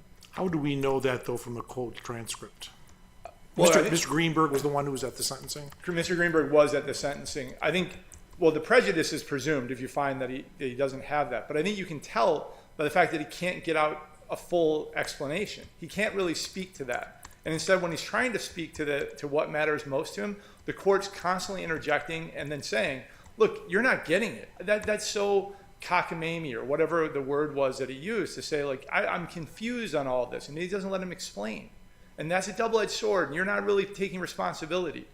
All of that is stopping him. It's natural that you're being stopped at that moment. He's not a trained advocate where he's learning to pivot and he's trying to bring back, what are my 3 focal points that I want to get to the court? So this is a guy who just wants to say what he wants to say. The question is, why is a defendant worse off if a judge says something like, you're arguing X. X has no potential to persuade me. Why don't you try a different line of argument? That, it seems to me, is a big help to a defendant. And I think when you're looking at like the Covington, like, hey, I want to direct you back to something else right there. But if you're saying that's not going to move me ever, well, that's because you actually haven't heard it. This is his turn to speak. And maybe it takes 10 minutes, maybe it takes 15 minutes. But no, the question I'm asking is, do you think that you would be better off if judges sat in stony silence through your argument and never told you what the judge thought was most important about the appeal? No, All right, you don't think you would be better off. Why do you think a defendant is better off if a judge sits in stony silence during elocution? Because it's different. In here, I'm trying to persuade you. And I want to know what the points are that you're going to struggle with. That's what elocution is. It's an effort to persuade the judge. It's not just an effort to persuade. It's an opportunity for him to say what matters most to him. And that's why the perception of the public. You can have guys who get to say their piece, and they get rocked. But they feel like, I got to say what mattered most to me. And the judge listened. And sometimes the judge says, hey, I disagree on that. But I felt heard. And that's part of what goes into the sentencing process. That's why it's an individualized sentencing. And your position does not foreclose what Judge Easterbrook is talking about. No. As I hear you, you are saying our case law demands that someone be able to talk about the mitigation that is important to them. And a judge absolutely can direct them, can ask questions, can engage. It's about the how. Yes, It's about the how often. It's about the manner. that's correct. And so it's not either or, it's both and. That's exactly it. And here, to the extent that it's shut down, if it is saying, look, I don't find that this is particularly helpful to you, but I want to listen more. I had the benefit of practicing for 2 judges who were on opposite ends of the spectrum. Judge Randa, who sat stone cold, but he would then engage after the person had his ability to speak. And he would give a profound insight into what was just said to him. And it was actually a great opportunity because the person felt heard. They felt like everything they wanted to say was there.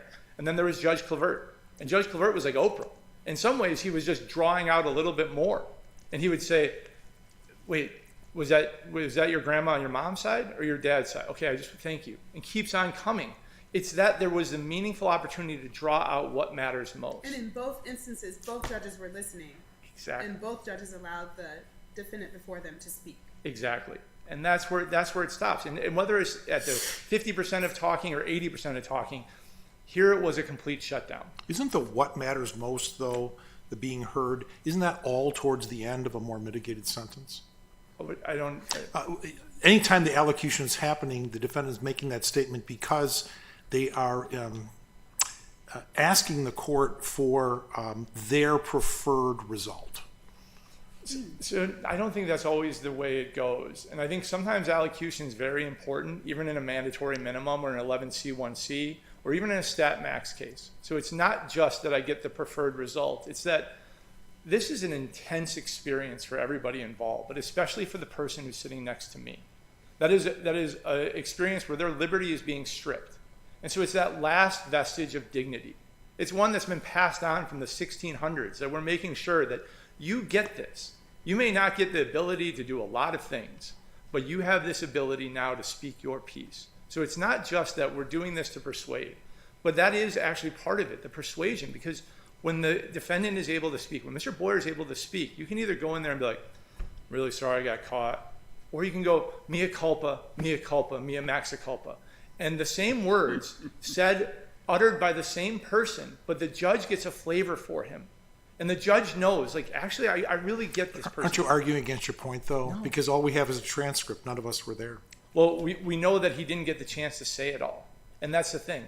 If you get the chance to say it all, the judge, just like this court said in Covington, the judge can reject it all. Do we know that, though? I mean, do we know that Mr. Boyer stopped talking at certain points because he was interrupted, or do we know that at some point Mr. Boyer felt he had said what he had to say? Oh, I think any way you read this transcript, he stopped talking not because he felt that he had been heard. He felt he stopped talking because it had been cowed into him. There was nothing left for him to do. And then you look at the end of it, it's just, yes, sir. It's just a cross-examination. So I think you do know here that this is not him saying, I've now said my piece, because he never got the ability to start saying his piece. He's interrupted right away, 13 words. And then it goes back, and he just keeps on getting interrupted. And you can count it conservatively as 6 interruptions. This morning I counted it at 9. And I think there's reasonable disagreement. But that's the point, is here in this case, this court cannot be confident that he had the ability to speak his piece. And that's why this has to be remanded.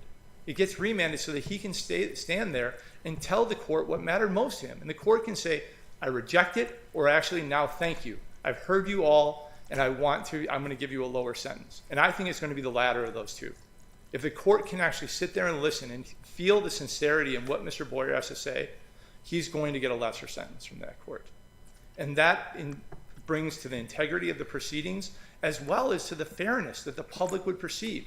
Anybody who was in that courtroom that day would say he didn't actually get a chance to allocute. This ancient right, this was not afforded to him.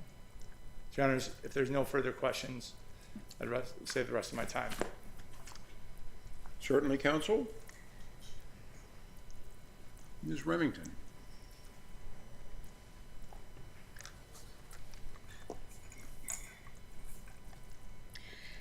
Good morning, Your Honors, and may it please the Court. I am Jennifer Remington, and I represent the government.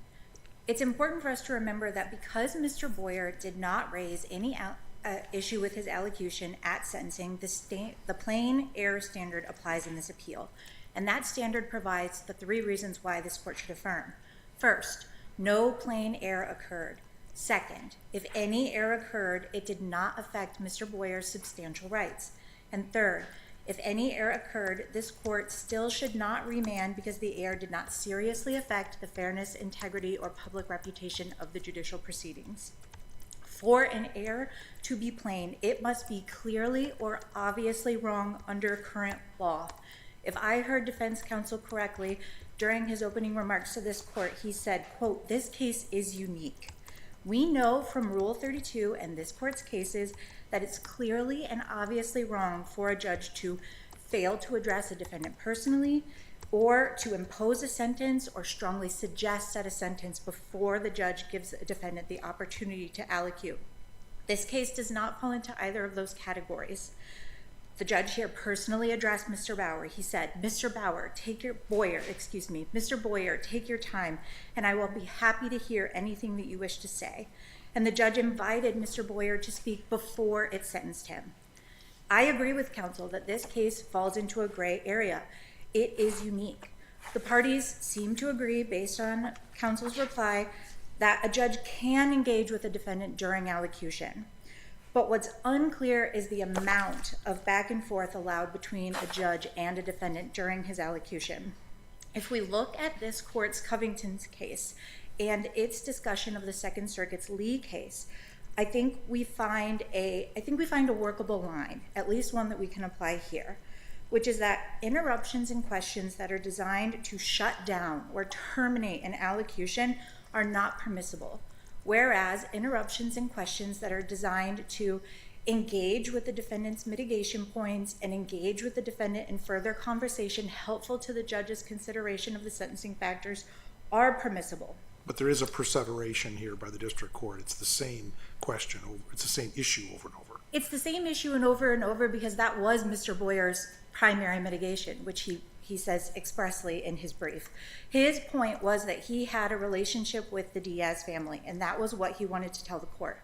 Mr. Boyer actually has not identified anything that he would like to have said during his allocution that he could not because of the judge's engagement. And I think that goes directly into prejudice, but I think it also goes into whether or not the fairness, integrity, and public reputation of the proceedings were impacted. So here we have... Is that flipping the standard and the burden on its head? Because haven't we also said that, a defendant is not required to lay out what they might, or we're not supposed to engage in speculation about what they might have said. We have to look at whether the meaningful opportunity to speak was there. So the cases that the court is that's correct, based on the way that the court reads the cases. So what the court says is that when we can't speculate as to what a defendant would have said, but that's because in those cases, the defendant didn't have the opportunity to say anything. Those are cases where either the court failed to personally address the defendant and invite him to speak, or had already imposed or strongly hinted at a sentence beforehand. This is not a case like Covington where we have to speculate. We know what Mr. Boyer said. And I think we in know this... what he was beginning to say. I think to this day, we'll never know what he was going to end up saying. I don't think... Finish saying, because he was not permitted to finish. I disagree with the judge's reading, with Your Honor's reading of the record in that instance. At the end of the court and Mr. Boyer's conversation that probed into his relationship with the Diaz family, the court gave Mr. Boyer another opportunity to speak freely. The court said to him, is there anything else that you want to add? And that is... If a judge says to a defendant, it's your turn, I'm happy to hear from you. And then the defendant starts speaking, and the judge consistently interrupts, gives the judge's view, challenges, doesn't let the defendant finish, and then gets to the end and says, anything more? Can we expect a defendant to then persevere, not being a lawyer, just a defendant in front of the court at this major moment of sentencing? Can we honestly expect a defendant, or every defendant, to say, yes, I've got more, let me try a 13th time to fully explain what I was going to say, as opposed to what Mr. Boyer does here, which is basically say, okay, I'm done, Your Honor, I just want to say I'm sorry. That's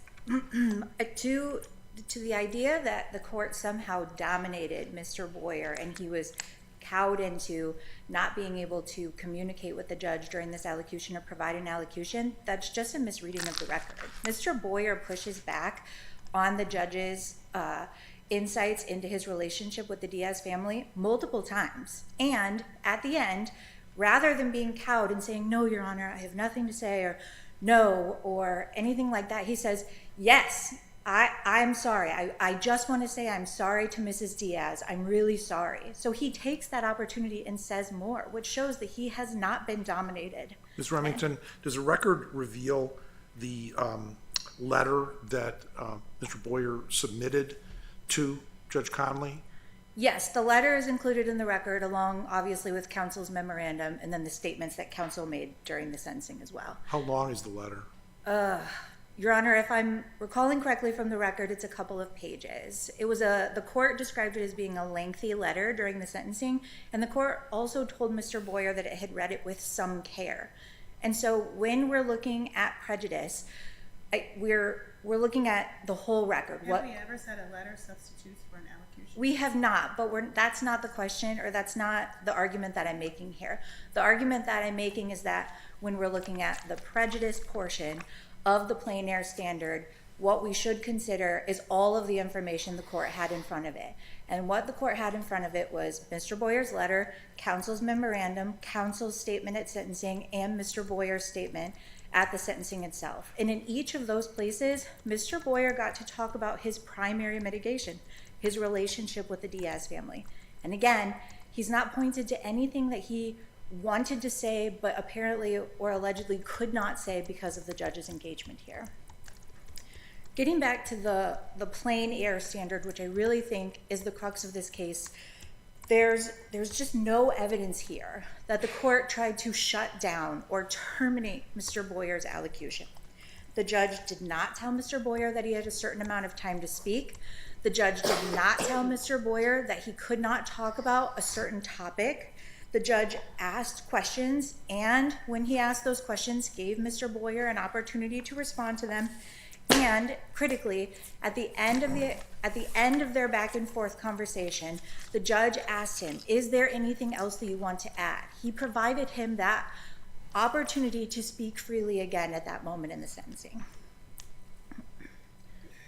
Using the last few minutes, I'll briefly talk about prejudice. As this court knows, an error affects substantial rights when it prejudices the defendant. And this court will presume prejudice when there is any possibility that the defendant would have received a lesser sentence had the district court heard from him before imposing the sentence.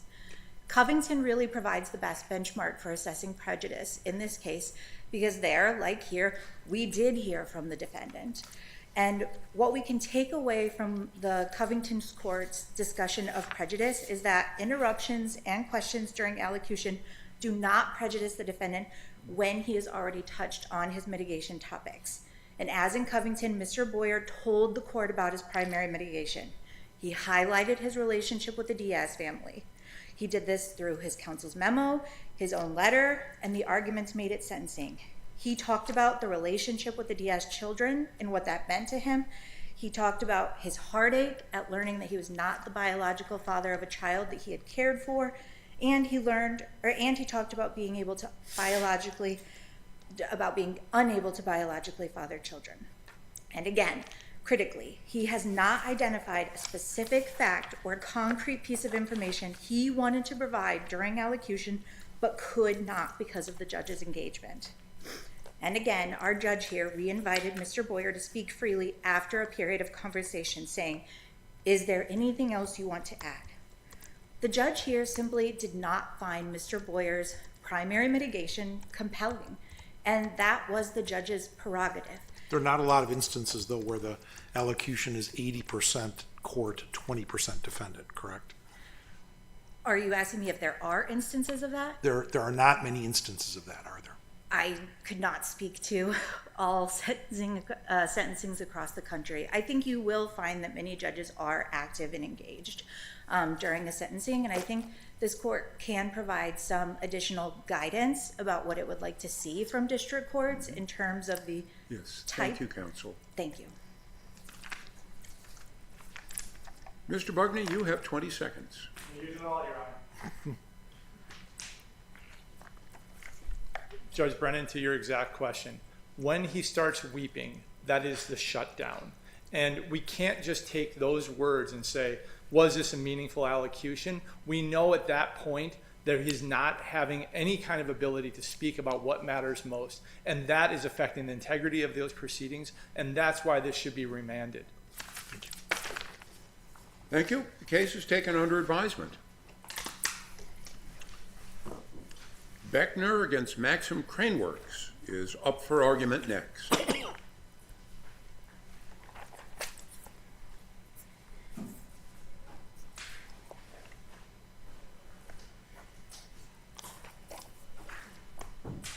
Mr. Stevenson.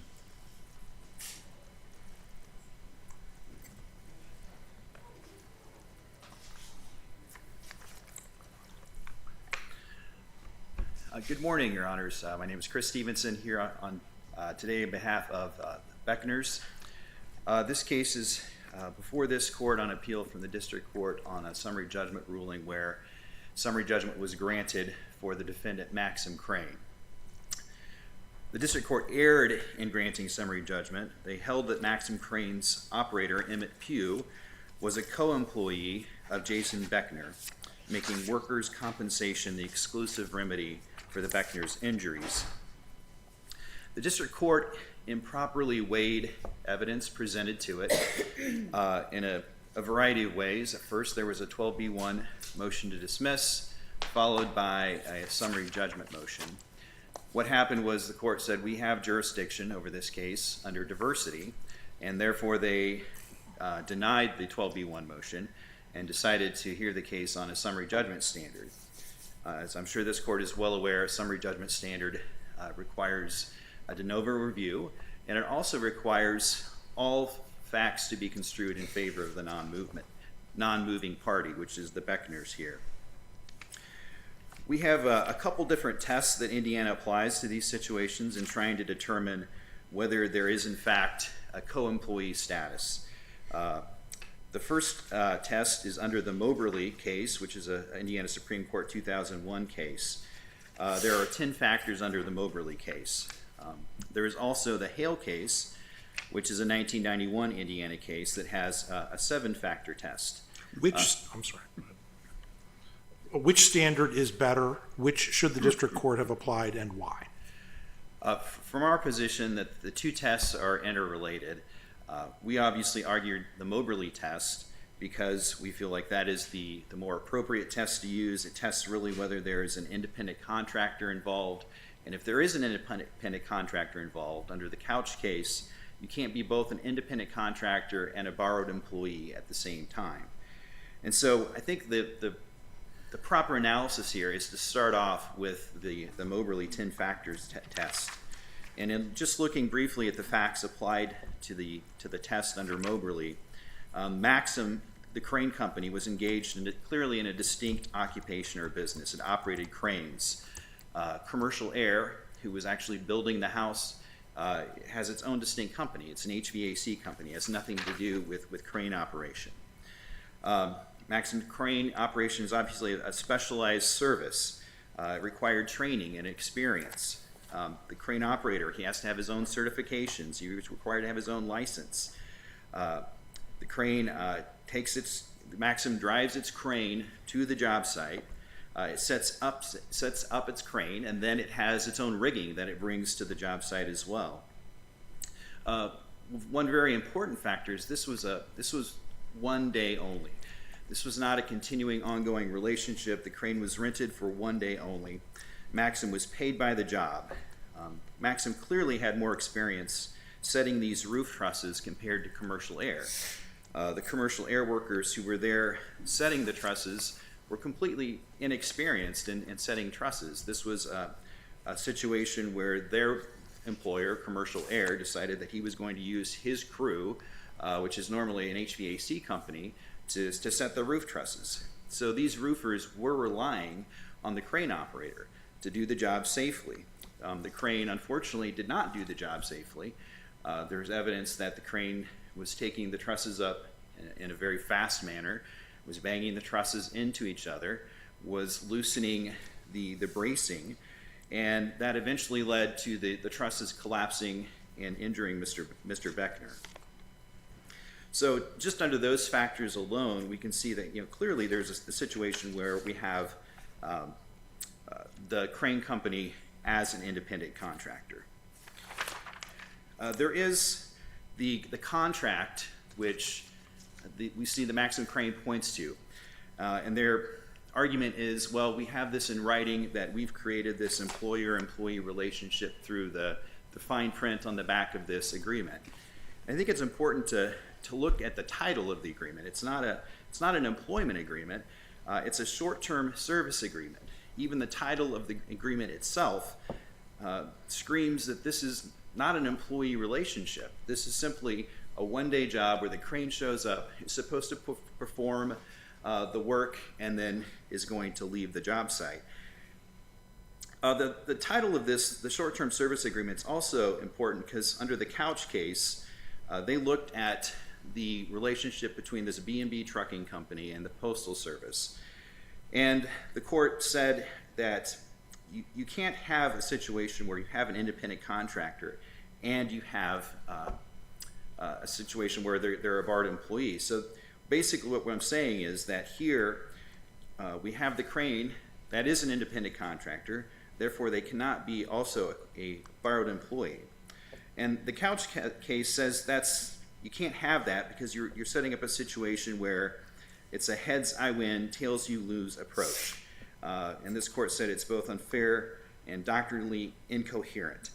And if the underlying case, the district court case, is allowed to stand, then indeed we've set up a situation where we have a crane company, it's an independent contractor, but it's also a borrowed employee. And in that situation, you can end up with a situation where, for example, in Couch, where the Postal Service says, well, it's not our fault if we hurt somebody else, then that's an independent contractor relationship. But when it benefits the Postal Service to have a borrowed employee, in that case, they said, oh, well, now it's a borrowed employee. And this court has said that that's not acceptable. In terms of the short-term service agreement, we also cited in an additional authority to the Diltz versus Maxim Crane case. This was an Eastern District of Kentucky case from 2009. And there the court made specific mention of this idea that whether a contract can actually control an employer-employee agreement, or not agreement, employer-employee situation or relationship.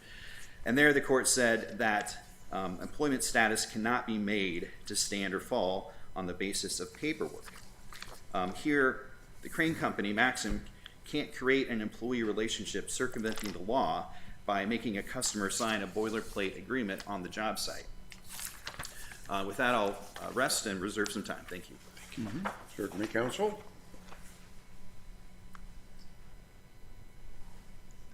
Mr. Sanders. Thank you, Your Honor. Good morning, Your Honors, and may it please the court.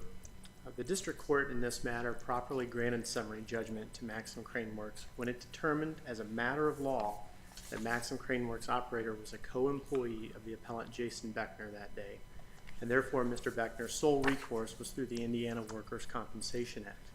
Specifically, the district court, sitting in diversity, correctly applied the Indiana Supreme Court's holding in Hale v. Kemp, which set forth a 7-factor test to determine whether a defendant was a co-employee of the injured party for purposes of the act.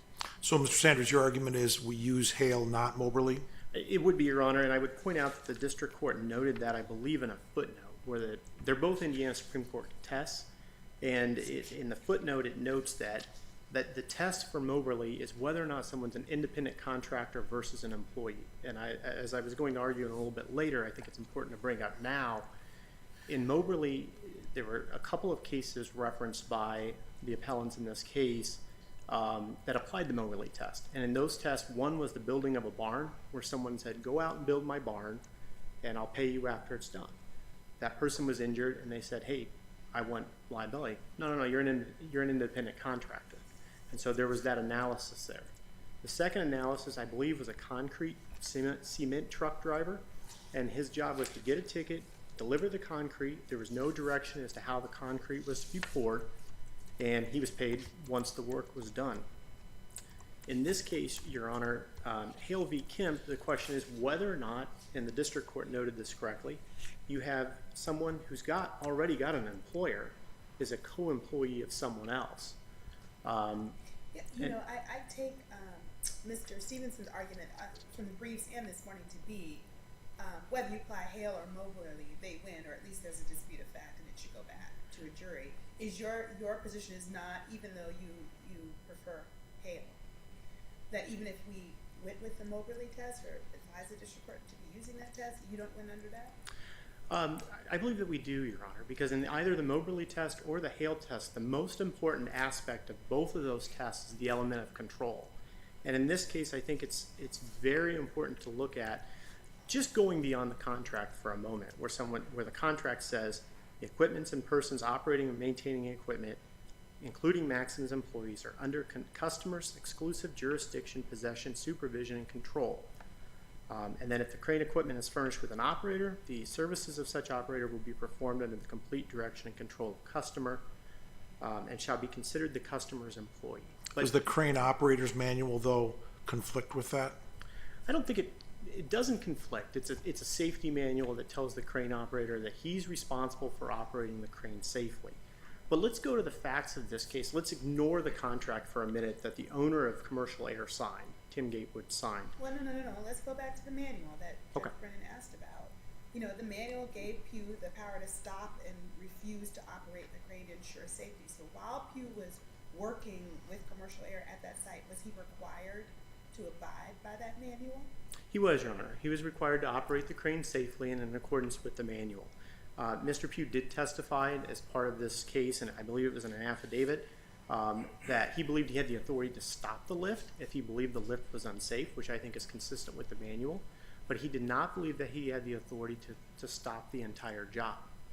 And when you look at control, and when we look at the facts surrounding this, let's look at what happened that's in the facts of our case. Mr. Pew showed up, and Mr. Gatewood testified that when Mr. Pew got to the job site, he discussed where his location should be, what the radius of the crane was, where the center pin location should be. It's also uncontested, and this is the part that we would submit. There's no disagreement of facts here. I think the appellant's brief, we've read it several times, those facts kind of mesh with our facts. There's no real dispute of facts. When Mr. Pew got to the site, he was operating the crane. Tim Gatewood, the owner of Commercial Air, testified that he was the rigger of the crane. He decided, he or Commercial Air employees rigged the roof trusses to the crane. Commercial Air employees decided what roof trusses were going to be picked up by the crane and then rigged those roof trusses to the crane. But it didn't stop there. After the trusses were roofed, there was evidence that they signaled for the crane operator to lift the trusses, and then they directed the crane operator using hand signals to move the roof trusses over to where they're being installed. It was Commercial Air employees that would grab the tag lines and direct them in, and then the roof trusses were installed by Commercial Air employees. In either Moberly or Hale, that is the control over the means of the results reached. In addition to that, Your Honors, when it was Commercial Air that told Mr. Pew when he was finished for that day, and after Mr. Pew began taking down his crane, and after the roof trusses collapsed, it was Commercial Air that told them to set the crane back up and to go over and lift the roof trusses off of Mr. Beckner. And I would note that there's some argument back and forth, and of course, being summary judgment, that the non-moving party is entitled to facts to their advantage. And I would suggest that one of the arguments was, well, Mr. Pew was moving too fast. He was told several times to slow But the district court correctly noted that that is only one more fact showing that commercial air controlled what Mr. Pugh did that day by telling him, slow down, by allegedly telling him slow down several times, stop hitting trusses. In addition to that, I would add to this that the Hale v. Kemp case, the Indiana Court of Appeals has analyzed it and applied it 5 separate times as it applies to crane operators. And in each of those 5 cases, which we cite in our brief, each time the Court of Appeals held that the crane operator was a co-employee of the worksite employee that day, leaving the Workers' Compensation Act as the remedy. So it's something that's not necessarily, we have an Indiana Supreme Court case, we have 5 Court of Appeals instances with regards to crane operators applying it. And I would also suggest to the court that there are 3 cases, and I believe it's Argabright, Johnson v. Poindexter, and Verma v. D.T. Carpentry, that applied the Hale test after the Moberly decision came out. So And how did they come out? they still came out, Your Honor, holding that the crane operator was a co-employee of the worksite employee. Are those 3 in additional to the 5 or 3 as part of the 5? 3 is part of the 5, Your Thank you. Honor. Yes.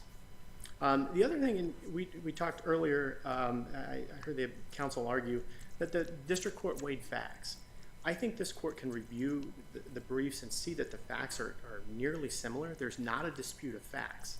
There's not a dispute as to who was telling Mr. Pugh what was going on that day, or who was to direct the trusses and everything else. And in fact, I would submit that the appellants didn't designate what genuine issues and material fact precluding summary judgment was, as required under Local Rule 56-1. The Supreme Court held Moberly is when the issue is versus independent contractor status, employee versus independent contractor. Whether a person was an employee or 2 different employers, that's Hale, which is what we're arguing here. With the remaining few moments that I have, I would like to address the appellant's argument that Couch v. United States in this case demands reversal. I would submit that that involves the application of Illinois law, not the Indiana Supreme Court case or the Court of Appeals crane operator case precedents here. But it does recognize 2 tests under Illinois law. Number 1, direct control, common law test, and number 2, the Bellamini test. And I think under either one of those circumstances that Maxim Crane has satisfied it here. This court in Couch said, in this case, both parties agreed that the Postal Service was not a borrowing employee under the common law test because it did not exercise control over the manner of Couch's or his fellow B&B drivers' work. In that case, they went and picked up mail, but then B&B Trucking and that driver were free to deliver the mail how they saw fit. In this case, we don't have that. We have a crane operator who says, I'll lift what you tell me to, I'll put it where you tell me to do it, I'll set it down, and I'll let you install it. Tell me when we're done. In your last 30 seconds, do you want to address this Rule 28J submission on the Diltz case from Kentucky? I do, Your Honor. It came in midday yesterday. I did take a look at it. It's an Eastern District of Kentucky case. It's 15 years old. It is Maxim as the defendant, but there's a distinction there as to what Maxim argued. And I think one of the arguments that was raised was they didn't raise was that Maxim was working under a different contractor than what the worksite employee was. And in this case, there was only commercial air people on the site, and that's who Maxim was working for. Thank you, Your Honors. Thank you, Mr. Sanders. Anything further, Mr. Stevenson?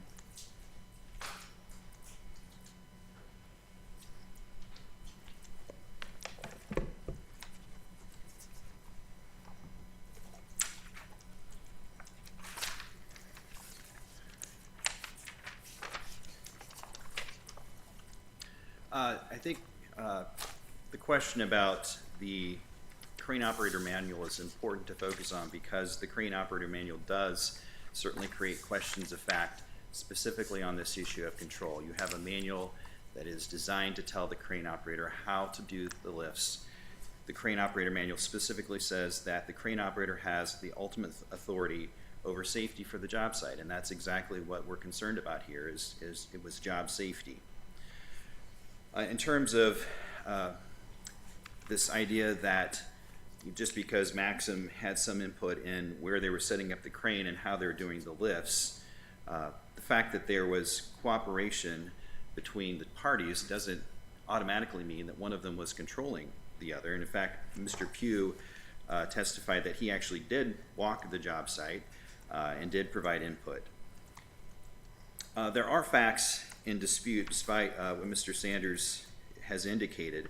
The facts in dispute, for example, over control, there are completely differing stories from the roof workers compared to what the crane operator was saying. The roof workers told the crane to slow down. The crane operator slowed down for a period of time and then started putting the lifts up as quickly as he was before, disregarding the instructions from the roofers. There's also a question of fact with regards to, and Mr. Pugh in that situation disagrees with that. He believes that he was not disagreeing with the roofers, that he was basically doing everything they told him to do, and that's not what the record shows with the terms of the roof workers and their deposition testimony. The roof workers also indicated that there was a period of time they had 8 or 9 trusses up and the crane stopped, and that was done under Mr. Pugh's direction. Mr. Pugh thought they should add some more bracing, so he stopped the lift, allowed them to do some more bracing, and then proceeded to continue with the lift. Do you want to respond to Mr. Sanders' point about local Rule 56.1? Yeah, local Rule 56.1 in terms of a summary judgment standard. Right, the delineation of genuine issues of material fact. He says that wasn't complied with. Yes, it was complied with because we had a 12B1 motion that was still pending before the court at the time. We made specific reference, we designated evidence. There's generally a complete overlap in the designation of evidence between the summary judgment ruling and the motion and the 12B1. Do you point to the sequence of the filing of the motions? I would point to both. I think the sequence of the filing, when we filed our response to the motion for summary judgment, the 12B1 motion to dismiss had not been ruled upon yet, and therefore we didn't really have an opportunity to know how the court was going to go with diversity jurisdiction. Thank you. Mm-hmm. Thank you, counsel. The case is taken under advisement. We'll hear argument now in the case of the United States against Ford.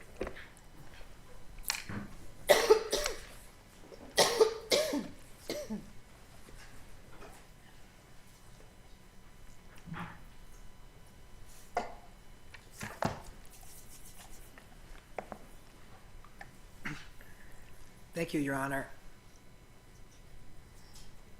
Mr. Leon. Thank you, Your Honor, and may it please the court.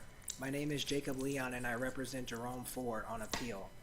The sole question on appeal is whether this court should vacate an unannounced supervised release condition that requires Mr. Ford to pay his fine according to a schedule of payment sheet.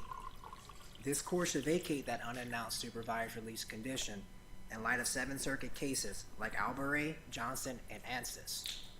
Mr. Leon, if we agree with you that the fine payment condition is not mandatory, query whether Mr. Ford's challenge is ripe.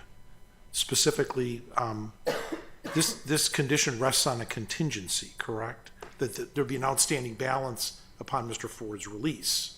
Is there anything to suggest that Mr. Ford will have a balance remaining on his fine when he gets released from prison?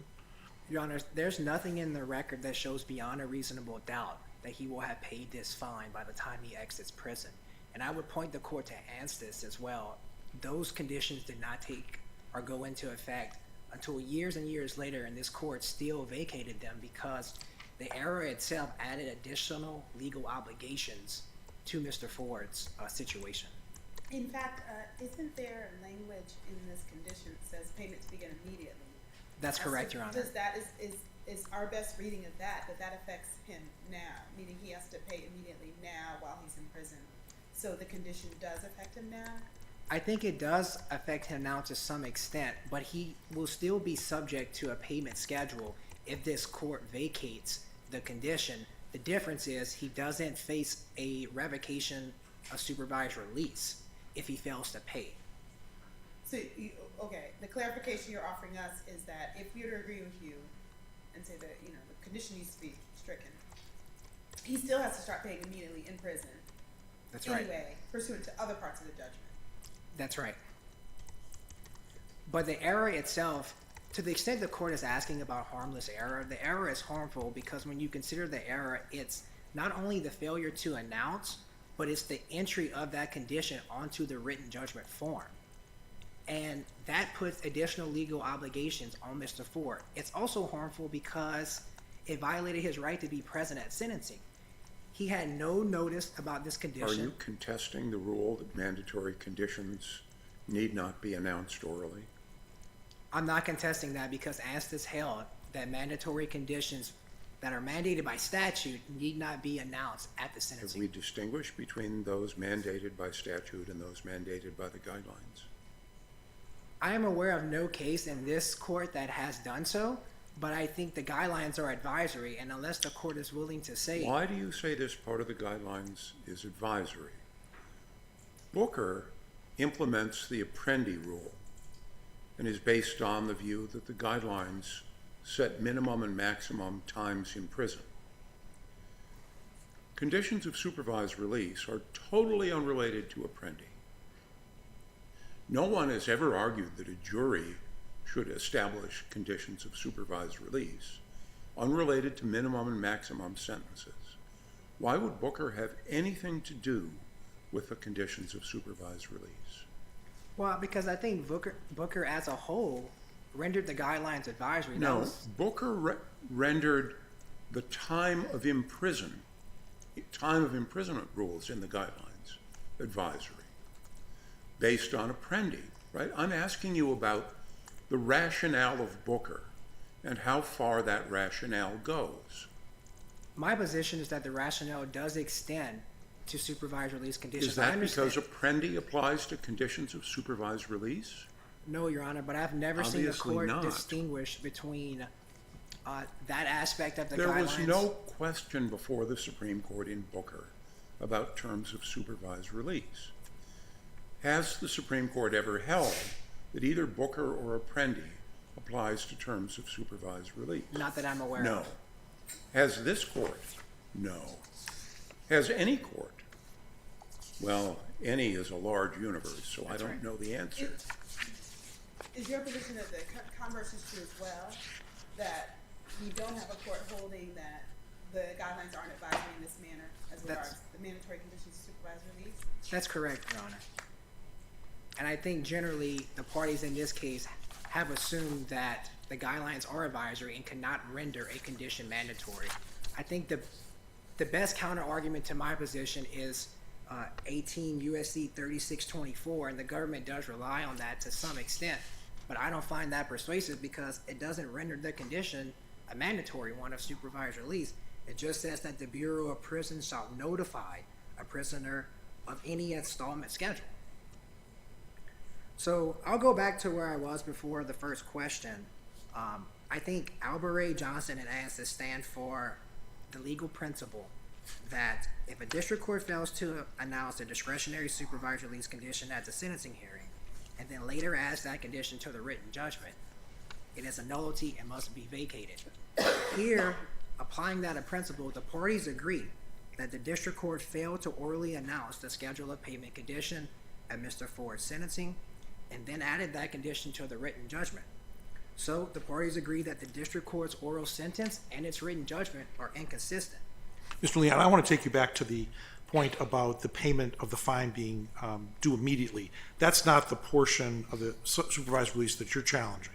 You're challenging the fine payment condition, correct? That's correct. So I think we know that the fine doesn't accrue interest, correct? That is correct. And he has to have a job in prison, so he'll have some wages, correct? That's not correct, Your Honor. Not all prisoners are required to work. There are exceptions. And even when prisoners do have to work, they don't necessarily work 40 hours a week. Some of my clients work 1 to 3 hours a week, and they only make 12 cents per hour. Do you happen to know whether or not he falls into an exception excluding him from employment? Nothing in the record shows beyond a reasonable doubt that he does, Your Honor. For the fine, he'd have to have a payment plan, correct? Yes, that's correct. And so we can conclude his wages would have to be garnished, right? Any wages that he was supposedly receive while in prison could be garnished. What I'm getting towards is the contingent nature of the fine payment condition. And if that's going to, again, raise a question with regard to whether or not the challenge is ripe. Again, Your Honor, I think this is just Anstis squared as to discretionary conditions. In Anstis, there was a condition that was put in the judgment form that said a person or the defendant must report to the probation officer within 72 hours of release. And this court vacated that, even though it was contingent on the defendant not reporting to probation. So I see it very difficult to distinguish between Anstis and this case on the contingent nature of the fine condition. And I think that's generally true for almost all supervised release conditions. They go into effect when the inmate leaves prison. So if he has to show something that's not contingent, he will never be able to challenge supervised release conditions while he has counsel. Well, he would be able to, he'd have to do so at the time of the sentencing. And that goes back to your point about whether or not it's stated or not. Right? Exactly. And Mr. Ford is not going to be able to articulate these principles when he exits prison because he will not have counsel. And he has been penalized before for failure to pay. And that's on the PSR at pages 11 and 12. So I don't think it's speculative to conclude that he could have the ability to pay and not pay once he exits prison. So the one final point I'll make is that the real reason we're here is because the pre-printed judgment form is incorrect. That form labels the schedule of payment condition as a mandatory condition when it's not. This is what happened in Anstis, and this court vacated the incorrectly labeled conditions in Anstis and forwarded its opinion to the clerk of court. So the judgment form could be amended. If the court agrees with us, we would ask it to do the same here. If the court has no further questions, I would like to reserve the remainder of my time for rebuttal. Certainly, counsel. Mr. Gibson. Thank you, Your Honors. Patrick Gibson for the United States. May it please the court, we would respectfully request that the court affirm the trial court's judgment in this case. Starting off, it's important to look at the potential impact to Mr. Ford and what could possibly happen if he doesn't pay this fine. Can his supervised release be revoked? Well, you can't be revoked for something that happens. Counsel, let's begin with the legal principle. Are you contending that the mandatory conditions in the guidelines are outside the scope of Booker? So the mandatory conditions... I didn't see this argument in your brief.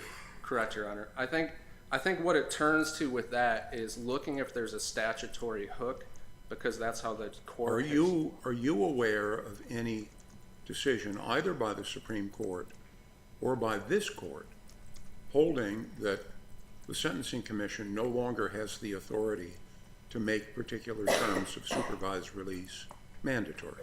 I am not, Your Honor. And so why isn't that being contested? Well, let me take that back.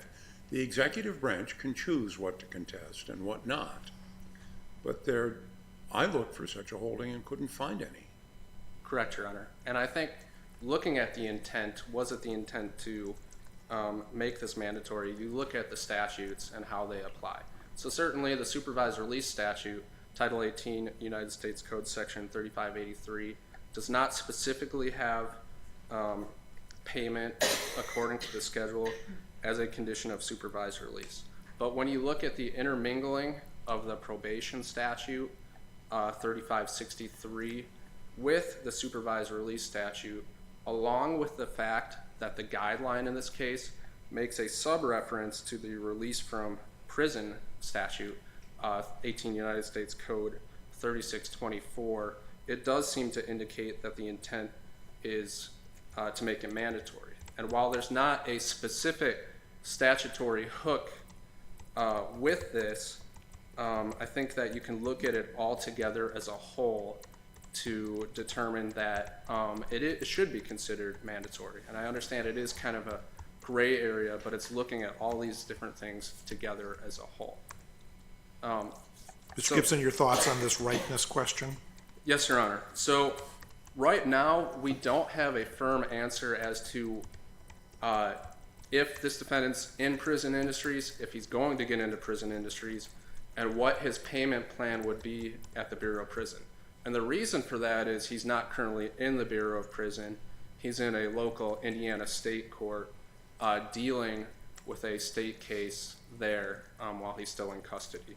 And so what will happen is after he goes to the Bureau of Prison, if he's put into prison industries, then a payment schedule will be made, and then it can be garnished from his wages. And over a period of 96 months, this $250 fine comes to somewhere about $2.61. I don't understand the reference to garnishment. Garnishment is a state law procedure to collect a judgment. I assume you're referring to the inmate fiscal responsibility program? Yes, That's Your Honor. not garnishment. That's correct. I apologize for misstating that. And yes, that is what the Bureau of Prison would do. And so at that point, since he can't be revoked for something that occurs while he's in prison, he also... I think you mean his supervised release can't be revoked. Correct. I don't know what it would mean for Mr. Ford personally to be revoked. His supervised release, and also his supervised release cannot be revoked if he cannot willfully pay the fine as well. As of course the case law establishes that we're not seeking to make debtors prisons. And so the end result is when Mr. Ford walks out of prison, he's not going to be slapped in handcuffs, say you violated your supervised release by not paying this fine in accordance with the schedule, and you're going back to prison. Even if he is released at that point, it's a mandatory condition pursuant to Title 18 United States Code Section 3624 that he pay any outstanding fine in accordance with an installment schedule. And that schedule establishes that it's a maximum term of 2 years at that point if he gets out of prison, unless there's special circumstances. So obviously that's a little bit different than the guideline, but he would still be subject to that if he is released and that payment is not made.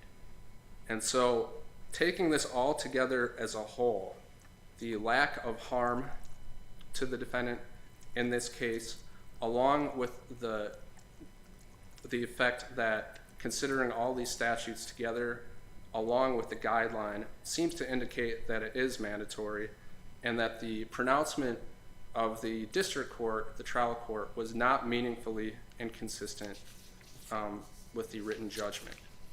Based on that, unless there's any other further questions, we would submit on our brief and ask the court affirm. Thank you. Mm-hmm. Thank you, Mr. Gibson. Anything further, Mr. Leon? Thank you, Your Honor. Just briefly, I would like to touch upon Judge Brennan's ripeness question. I see no way to rule that this issue is not ripe, but the issues in Ostis and Johnson were ripe. So I think it would present a tension in the case law. If the court has no further questions, I would ask the court to strike the condition and affirm a modified judgment. There's no reason for a resentencing. Thank you. Mm-hmm. Thank you. Thank you very much. The case is taken under advisement. Our final case of the day is United States against Bridges.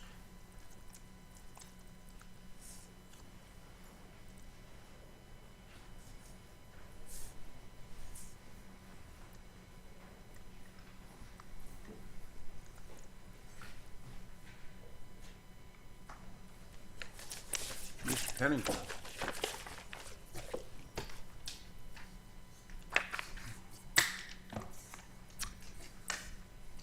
Good morning. May it please the court. Chad Pennington on behalf of the appellant, Mr. Donta Bridges. Rule 12 serves an important policy consideration, but it is not a finicky procedural requirement. And in this case, the application of the rule was exactly that, a finicky procedural requirement. When Mr. Bridges attempted to move for suppression in October of 2022, a pretrial deadline regarding suppression Why motions... is it an abuse of discretion for the district court to enforce its pretrial deadline, which had been exceeded by more than 2 years? Your Honor, I think it's an abuse of discretion in this case because compliance with the original deadline was factually impossible. The warrant wasn't disclosed by the government. Then you ask for an extension of the deadline. You don't just ignore it and file a motion 2 years later. Your Honor, I think trial counsel attempted to do that. The day that the warrant itself was disclosed, which was October 27th, 2021, trial counsel moved for a trial continuance. He moved for a subsequent trial continuance to assess the government's notice of Rule 404B evidence. So there's attempts here, Your Honor, to address the question of when the suppression issue can be raised. But compliance with the original discovery order, that was simply factually impossible. Trial counsel couldn't have been expected to move for suppression without the raw materials, without the warrant themselves. There was no change of counsel here during the course of the time, was there? No, Your Honor, there was total continuity of counsel from the birth of the case through trial and through sentencing. But the tardiness here, or the untimeliness, if we can call it that, it does stem originally from the government's late disclosure. They don't provide the actual warrant until October 27, 2021. That's almost 2 years after the indictment is filed. Trial counsel gets the warrant, he moves for a continuance. Subsequently, the government notices the 404B information, and then to assess that notice, he moves for, I believe, the second time after the warrant had been disclosed, and then he moves for a continuance one further time, and that's after the superseding indictment is filed. So the government's changing to some degree the parameters of the case. They're disclosing the warrant for the first time almost 2 years after the case begins. They're noticing materials rather late, and then at this point there is a superseding indictment. Then the superseding indictment is filed, there's a continuance filed, and then we get close to trial, and he attempts to move for suppression. And when he attempts to move for suppression, he says that the warrant was stale and that reliance on the warrant was not in good faith. There's two bases for suppression. He does indicate in the original suppression request that the object of the search here was the home. And so at that point, the district court orders briefing on the untimeliness, and the district court concludes that he was not timely. But, Your Honor, to go to the original question, isn't it abuse of discretion to enforce pretrial deadlines? Generally, it's no. But in this case, there is no deadline being enforced. Compliance with the original deadline, that's impossible. The government doesn't produce the warrant that's being contested until almost 2 years after the case begins. So the question becomes, what exactly is the deadline that the district court is trying to enforce here? It says that disclosure is in October of 2020. Does your client deny receiving an inventory of the search? Your Honor, there's no record of that before the district court. No. I asked if your client denied receiving an inventory. The answer is either yes or no. The answer to my knowledge is no, Your Honor. Is no. Yeah. Okay. I think the question becomes, can that be imputed to Mr. Bridges? It's one thing to have knowledge of the inventory. It's one thing to have knowledge of the search. I'm not suggesting that Mr. Bridges wasn't aware that his home was searched. You have knowledge of the search. You've received an inventory. At least there's no denial. What's to prevent making a motion to suppress? I think to ask trial counsel, Your Honor, to move to suppress the fruits of a warrant without having the warrant itself, that's impossible. He doesn't know what I don't remotely understand why it is impossible. The inventory says what's been taken. And if there was something taken that the client didn't want in evidence, you move to suppress. And then everything else you gather as part of the process leading up to a hearing. Your Honor, what you don't have, that's the objects of the search, certainly, what was taken, but what you don't have is a supporting affidavit, and that's where the proffer of probable cause is. That's where the government cites its justification to engage in the search. In this case, we know that there was an informant, but until trial counsel can look at that warrant and look at that affidavit justifying the warrant, there's no way trial counsel can ascertain whether it's an attackable warrant or not. You have to know exactly what it is the basis of the search itself. So in this case, the district court's enforcing a pretrial deadline that is factually impossible to comply with. So again, the question becomes, is it an abuse of discretion to enforce an arbitrary deadline? The government was under an obligation to notice its 404B evidence 4 days in advance of the original final pretrial conference. It didn't do so. It notices it for the first time, I believe, in January of 2022. So arguably, the parties are gearing up for trial, but it's only the district court enforcing some deadline against Mr. Bridges. But the original pretrial motion deadline, which I believe was January 13th of 2020, there's no way Mr. Bridges can comply with that. It's just factually impossible. And at the time he's requesting to move for suppression in October of 2022, the government still hadn't indicated the basis of the admission of text messages from the cell phone. Mr. Bridges doesn't know exactly the theory by which the You don't government... have to do that until trial. It sounds like you're now arguing that motions to suppress can be raised mid-trial because until the trial, the government hasn't introduced its evidence. And that can't be right. That is not right, Your Honor, no way. I think what I'm trying to say, Your Honor, is that at this point, there really aren't concrete deadlines being enforced. There was an express deadline. It was there. You can't make it go away by wishing, right? You have to argue that enforcing the deadline was an abuse of discretion. Arguing that there wasn't any deadline gets you nowhere. Your Honor, I think the abuse of discretion is the deadline can't be complied with. If the district court's imposing a deadline saying you must raise all pretrial motions by January 13th of 2020, and counsel doesn't have the warrant to attack it, there's no way to comply with that. That delay is related to the government's late disclosure. The government doesn't give the warrant. I think we've been through this. If you think the deadline is premature, you file a motion to alter the deadline. You don't ignore it. Your Honor, I think it would have been impossible for trial counsel to have sought to amend that deadline without the warrant itself. He doesn't know I'm going to file a motion to suppress against a warrant when he doesn't have the warrant. He may have had an inventory, but he doesn't have the warrant itself. And if possible, I'd like to reserve the remainder time for rebuttal. Thank you. Mr. Holler.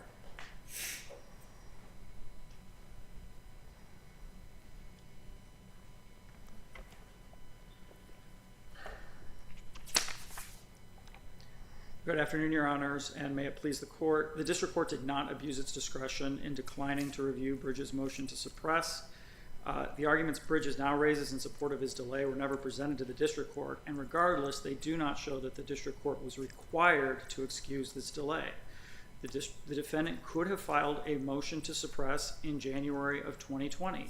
He could also have concluded that because he didn't have certain facts that he later discovered, he needed more time to acquire them, to go to the county court or to go to the government and ask them for a copy of the warrant. He did none of those things. And as the district court observed, the real concern that the court had is that it was abundantly clear to the court that the defendant had all the facts available at his disposal in October of 2021 that he needed to file the motion and waited until October of 2022. I wanted to ask you about that. Since the district court, as both parties knew, set the pretrial motions deadline in January 2020, why did the government not turn over the affidavit and the warrant, produce it, until October 2021?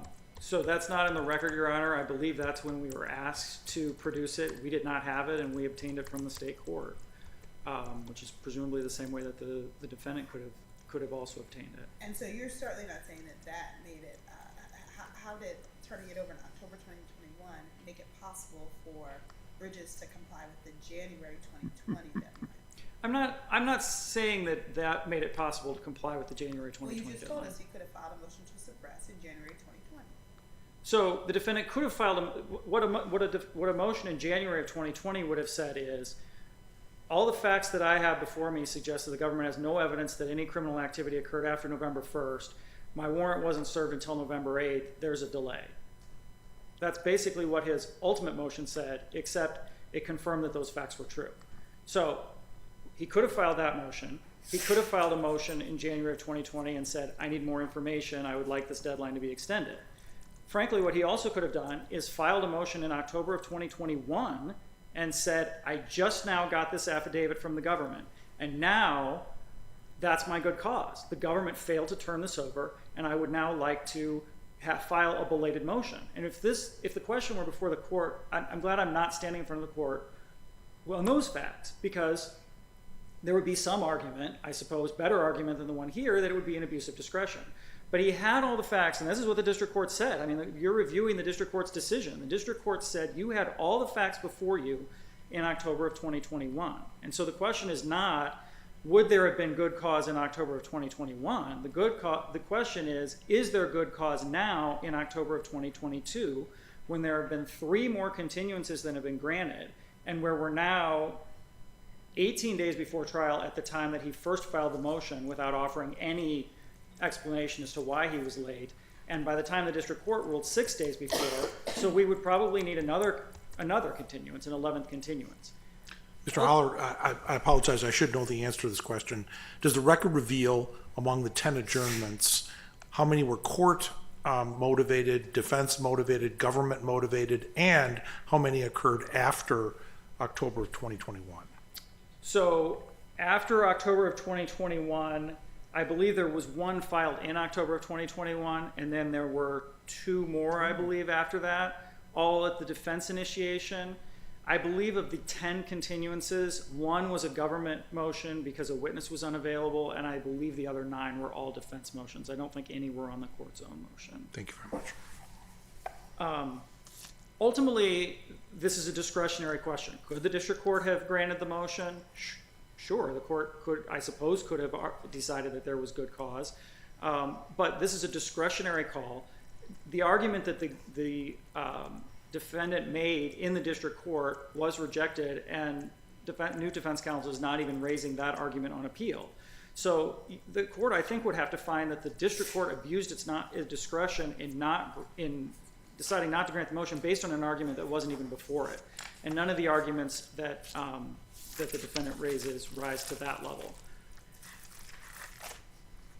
So for all those reasons, the reality is Bridges could have filed at least a year before October 2022. Accepting the belated filing would have required an 11th continuance. The district court is the manager of its own deadlines, and the court was allowed to make the decision that it made here. For all these reasons, we would ask that the judgment be affirmed. Thank you. Thank you, counsel. Anything further, Mr. Pennington?